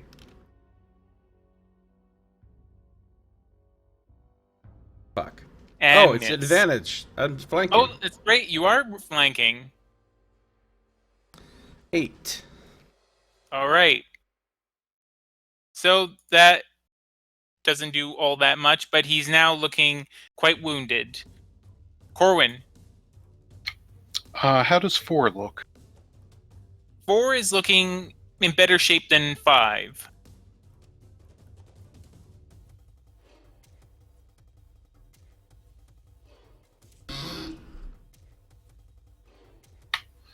Okay. Yeah, Corwin will direct his attention to number 4. And once again, just pulling on the feel of that sweet arcane energy. Razzle dazzle, snap and snazzle. I send this bolt of might to frazzle. All right, now the guy does have half cover,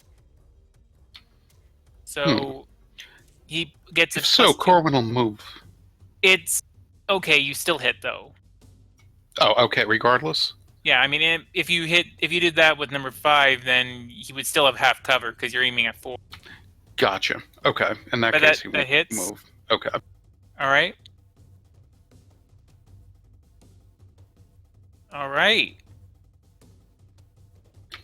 We'll make that nice intimidating thunder damage. All right. So, lightning streaks across, smacking into this guy as he cries out in pain. Ah! Almost dropping his weapon. Number 4 is not giving up, though. He's going to fight to the bitter end because he realizes that your surrender is probably not going to work out here. That fails, and that fails. Number 5, though, is going to try and run the fuck away, which means that he's going to draw opportunity attacks from all 3 of you. So let's make those opportunity attacks, people.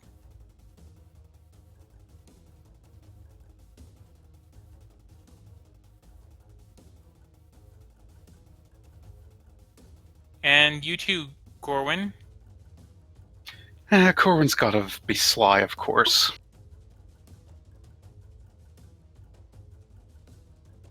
Oh, here we go. Ridiculous! Okay. He's gonna try and... Oh, but he succeeds. And Okay. unfortunately, this guy gets special bonus against opportunity attacks, so he is out of there. He is fleeing like a bat out of hell as he runs towards the door. Which door? The only one he knows that's open. The icy blocked one, or Yeah, the one that, okay. I should say, the only one he thinks is open. So Sinclair, your turn. I show this guy what for. All right, that hits. Oh, nice.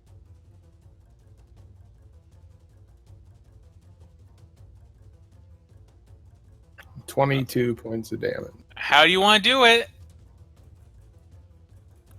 So a quick jab with his staff causes him to double over as it hits. And Sinclair just reaches out with his left hand, grabs the side of this guy's head, and slams it into the stone wall to the left. And he is dead. And that, I think, draws an end to this combat. Because at this point, the only remaining guy has surrendered. So, I'm gonna kill him. yeah, I don't think there's any doubt about that, Jomo. You're pretty consistent in what you do there. Wait. I will try and intercede on our prisoner's behalf with Jomo. Okay. So, you have now defeated these tooth cutters. And there's the remaining one. You can hear crying, Why is this? Why will the door open? Why is the lock so cold? What's going on?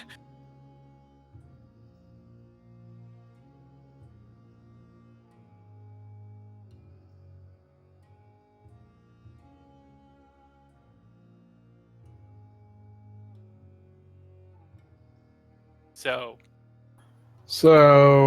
we're effectively out of combat round. Yeah.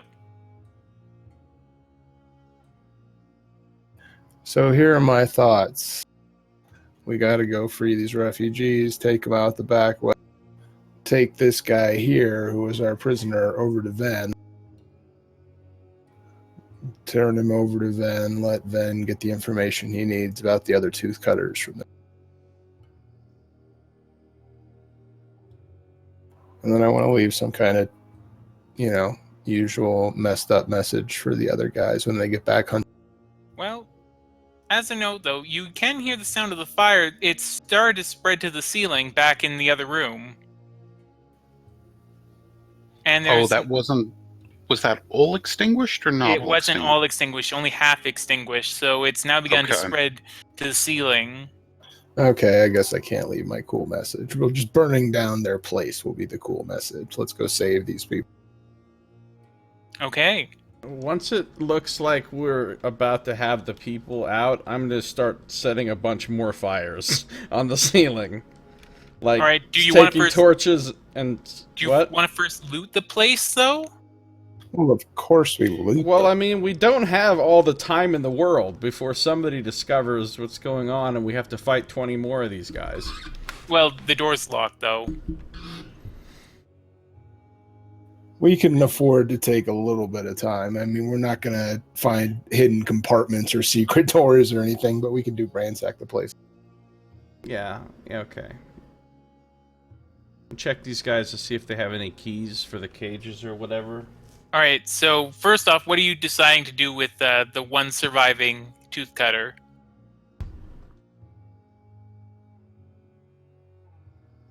I will take over him. I'll throw him in that room that was across from the... Just say, stay here, be quiet, and you'll survive the night. He does so, as he just sort of goes down whimpering. Are you getting his keys or anything? Or getting the keys? Yeah. Okay. So So, we'll take his weapons and stuff, obviously. okay. So, And from specifically from Tarnal, you're able to get the key, a master key to the place, as well as an obsidian short sword if anyone wants that, and an obsidian dagger if anyone wants that. I'll take those. Okay.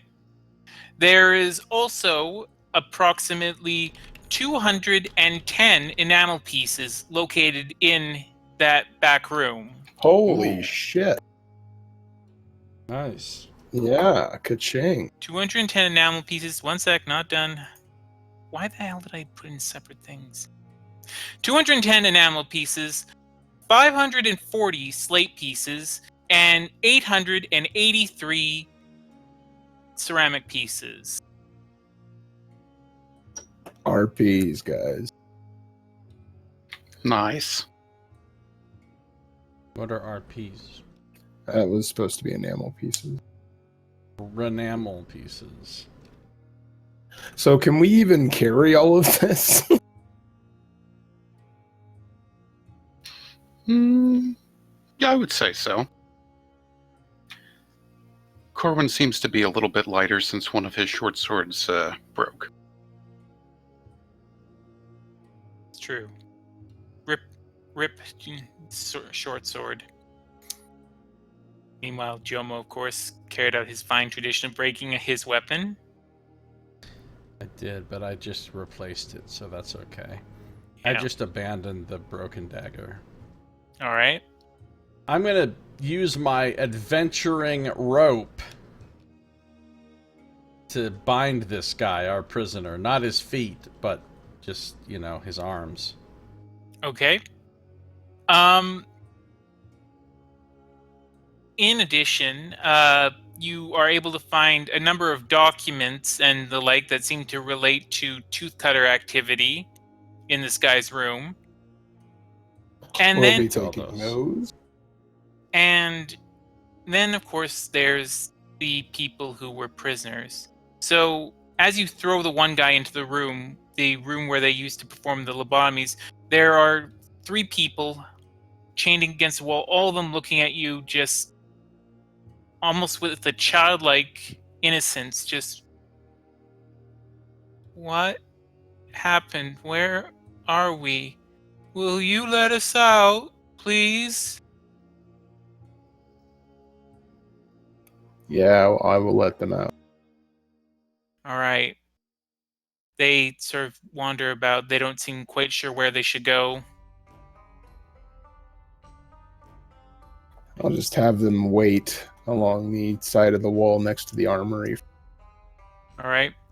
Going into the prison room, you can see people shouting, screaming, "Hey, please let us out! Please, please let us out! Help!" Everyone be calm. We're here to help you.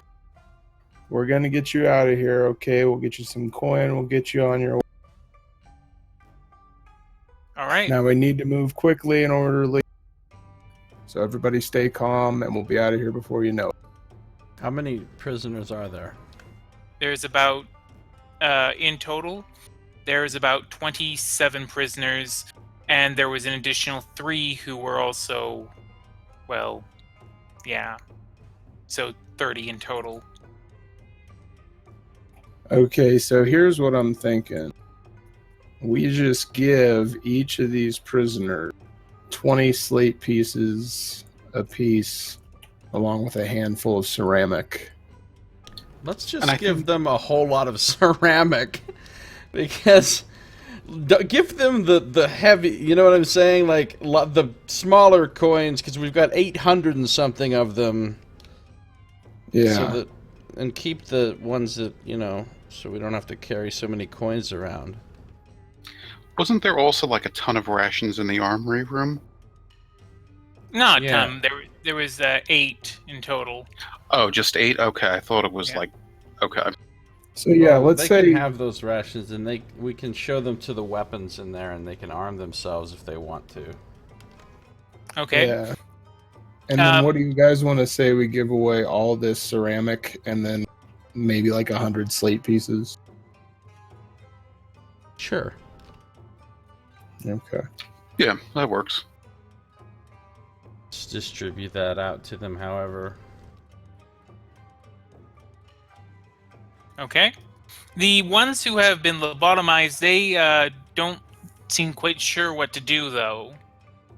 The others, for the most part, are happy to take a weapon with them and go along the path that you point to leading them out, all of them thanking you profusely as they take a handful of the ceramic pieces and slate pieces, but...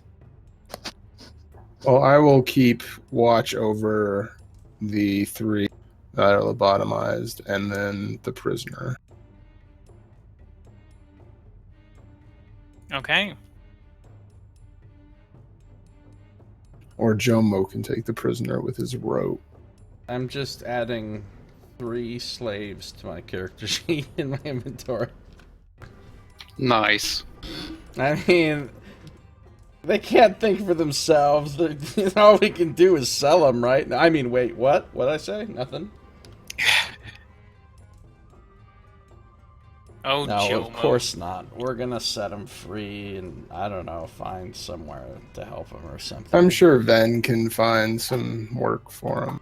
Well, one of the women actually comes up to you and says, I actually I was waiting for some friends from out to leave the city. We were going to head. We were actually going to head to Gulg. I could take these prisoners. I could take these people who've been changed with me.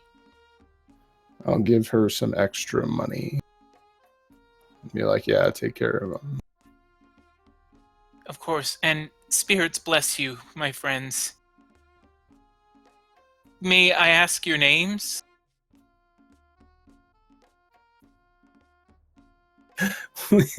We are the Desert Rats. Always be branding. Saoirse just sort of rolls her eyes, but she's keeping to herself because you know you've done. For all her self-serving, she can't help deny. She can't deny that you've done a really, really good thing here. Like, if this was Fallout, you'd be getting a shit ton of karma points right now. Nice. I'm lighting this motherfucker up. I'm taking Yeah. torches off the walls and using control flames to cause the torch fire to go up and light up a 5-foot section of ceiling. And I'll do it like a few different places. Like just as the people are leaving and stuff. Okay. Corwin's also doing a quick run through with his free detect magic for the day. Just to see if anything special happens to call to him. Unfortunately, you don't detect anything. That's fine.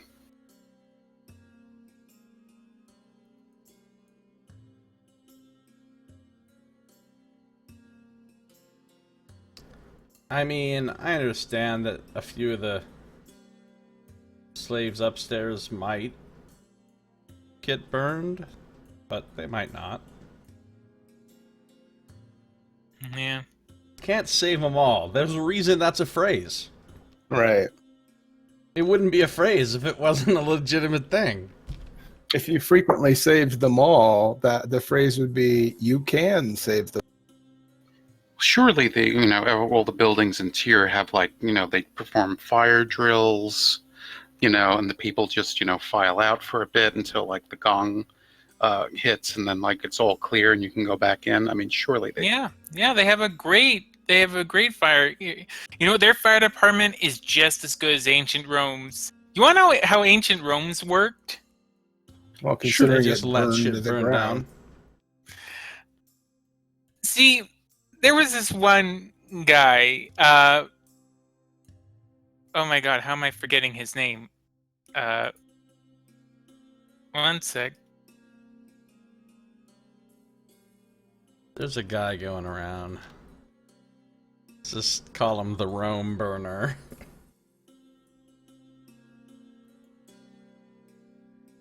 Oh, that's right. Marcus Licinius Crassus. Goddamn, why do I forget his name? He actually is one of the richest people in history. Even to this day, he stands as one of the richest people to have ever lived. He is also the father of fire departments. What he did was this. He got a whole bunch of slaves and had them put out buildings in ancient Rome when they started burning down, which they did with some regularity. But here's the thing. He'd only put out the buildings if the owner would sell them the building at a much reduced cost. So Nice. Wow. basically, unless they allowed him to buy them at a steal, he just would let the building burn down and become useless. Otherwise, they get a bit of money. He put out the fire, repair it a little bit, and then resell it and make a huge profit. Famously, he also was one of the major reasons why Caesar rose to power, and thus the Roman Empire was forged rather than the Roman Republic. So, good job there. But famously, he died. He was killed by having molten silver or molten gold rather poured down his eyes and throat to have his lust for wealth sake. That's messed up. And that's your windblown chicken moment of the night. Seems like kind of a waste of silver and gold when you can just impale him on a stick or something. Well, Let's spend as much money as possible executing this guy. Hey, you know what? It was good enough for Khal Drogo. So it's good enough for the ancient Syrians, I think it was. Anyways, so you free the people out, and you shepherd them outside along with your tooth-cutter prisoner. Outside, it's utter pandemonium, as you can see people fleeing from the burning building. And while there's also some, you start to see some guards from the city, and even a Templar or two beginning to rush in. Oh, time to go. Yeah, let's get out of here. Jomo, your voice. What? Never mind. So as you bade goodbye to all the people that you've saved from the horrible fate, you watch and you begin to move away from the ball of Posey. You watch as it slowly begins to crumble in on itself. This temple of utter decadence and of perversity finally being wiped clean by purifying flame.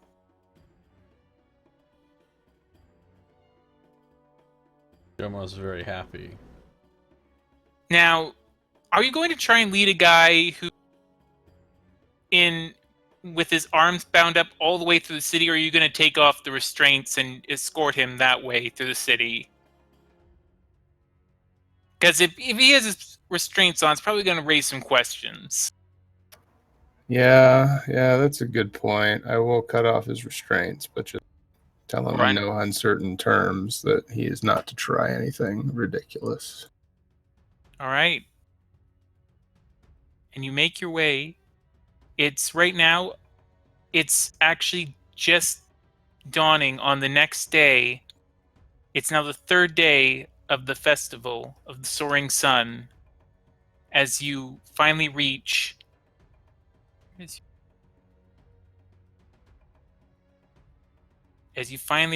Fenn's place.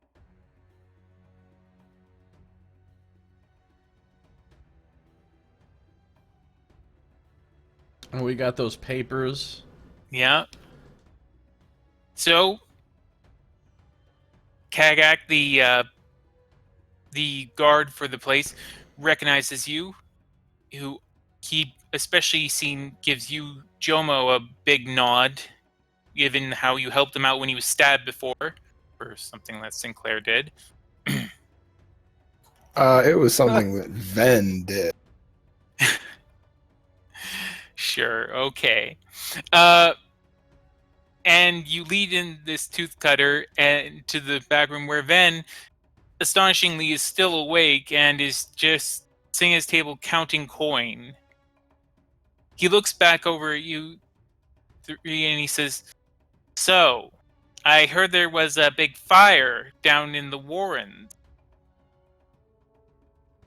We literally got here from the start of that fire as fast as someone can move. Well, maybe not as fast, but still. Not as fast as Zitem can move, let me tell you. Quick on her feet, that girl is. So, Your troubles were being caused by a renegade group of tooth cutters that were kidnapping refugees and using the lobotomy procedure to turn them into slaves. The place where they're doing this have been destroyed, and the principal behind it has been killed. This man here can fill you in with any other details of their operation. He works for you. he looks at you kind of shocked when you... normally he keeps a pretty big, pretty strong, face up of being, a tough guy and everything, or at least a wise guy. The second, though, you mentioned the lobotomy thing, his face just sort of droops and he just sort of looks at you with a bit of a shocked expression before quickly regaining composure. Well, I be sure to have an in-depth talk with this piece of trash. He surrendered at the promise of not being harmed. He's willing to cooperate. Not being killed. Right. Harm does not the promise. Killed. Well, I'll make sure I treat him real well. Kagak's got a real soft touch. Don't you, Kagak? And Kagak's walked behind him and just sort of grunts as he begins cracking his knuckles. So, you've done me a great service here, and I assume that none of the tooth cutters know that I was behind this little raid?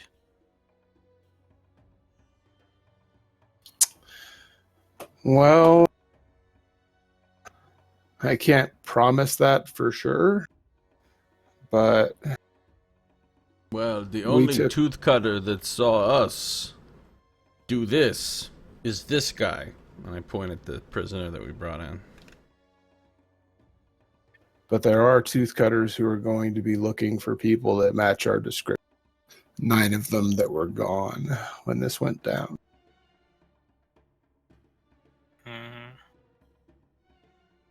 I can deal with this.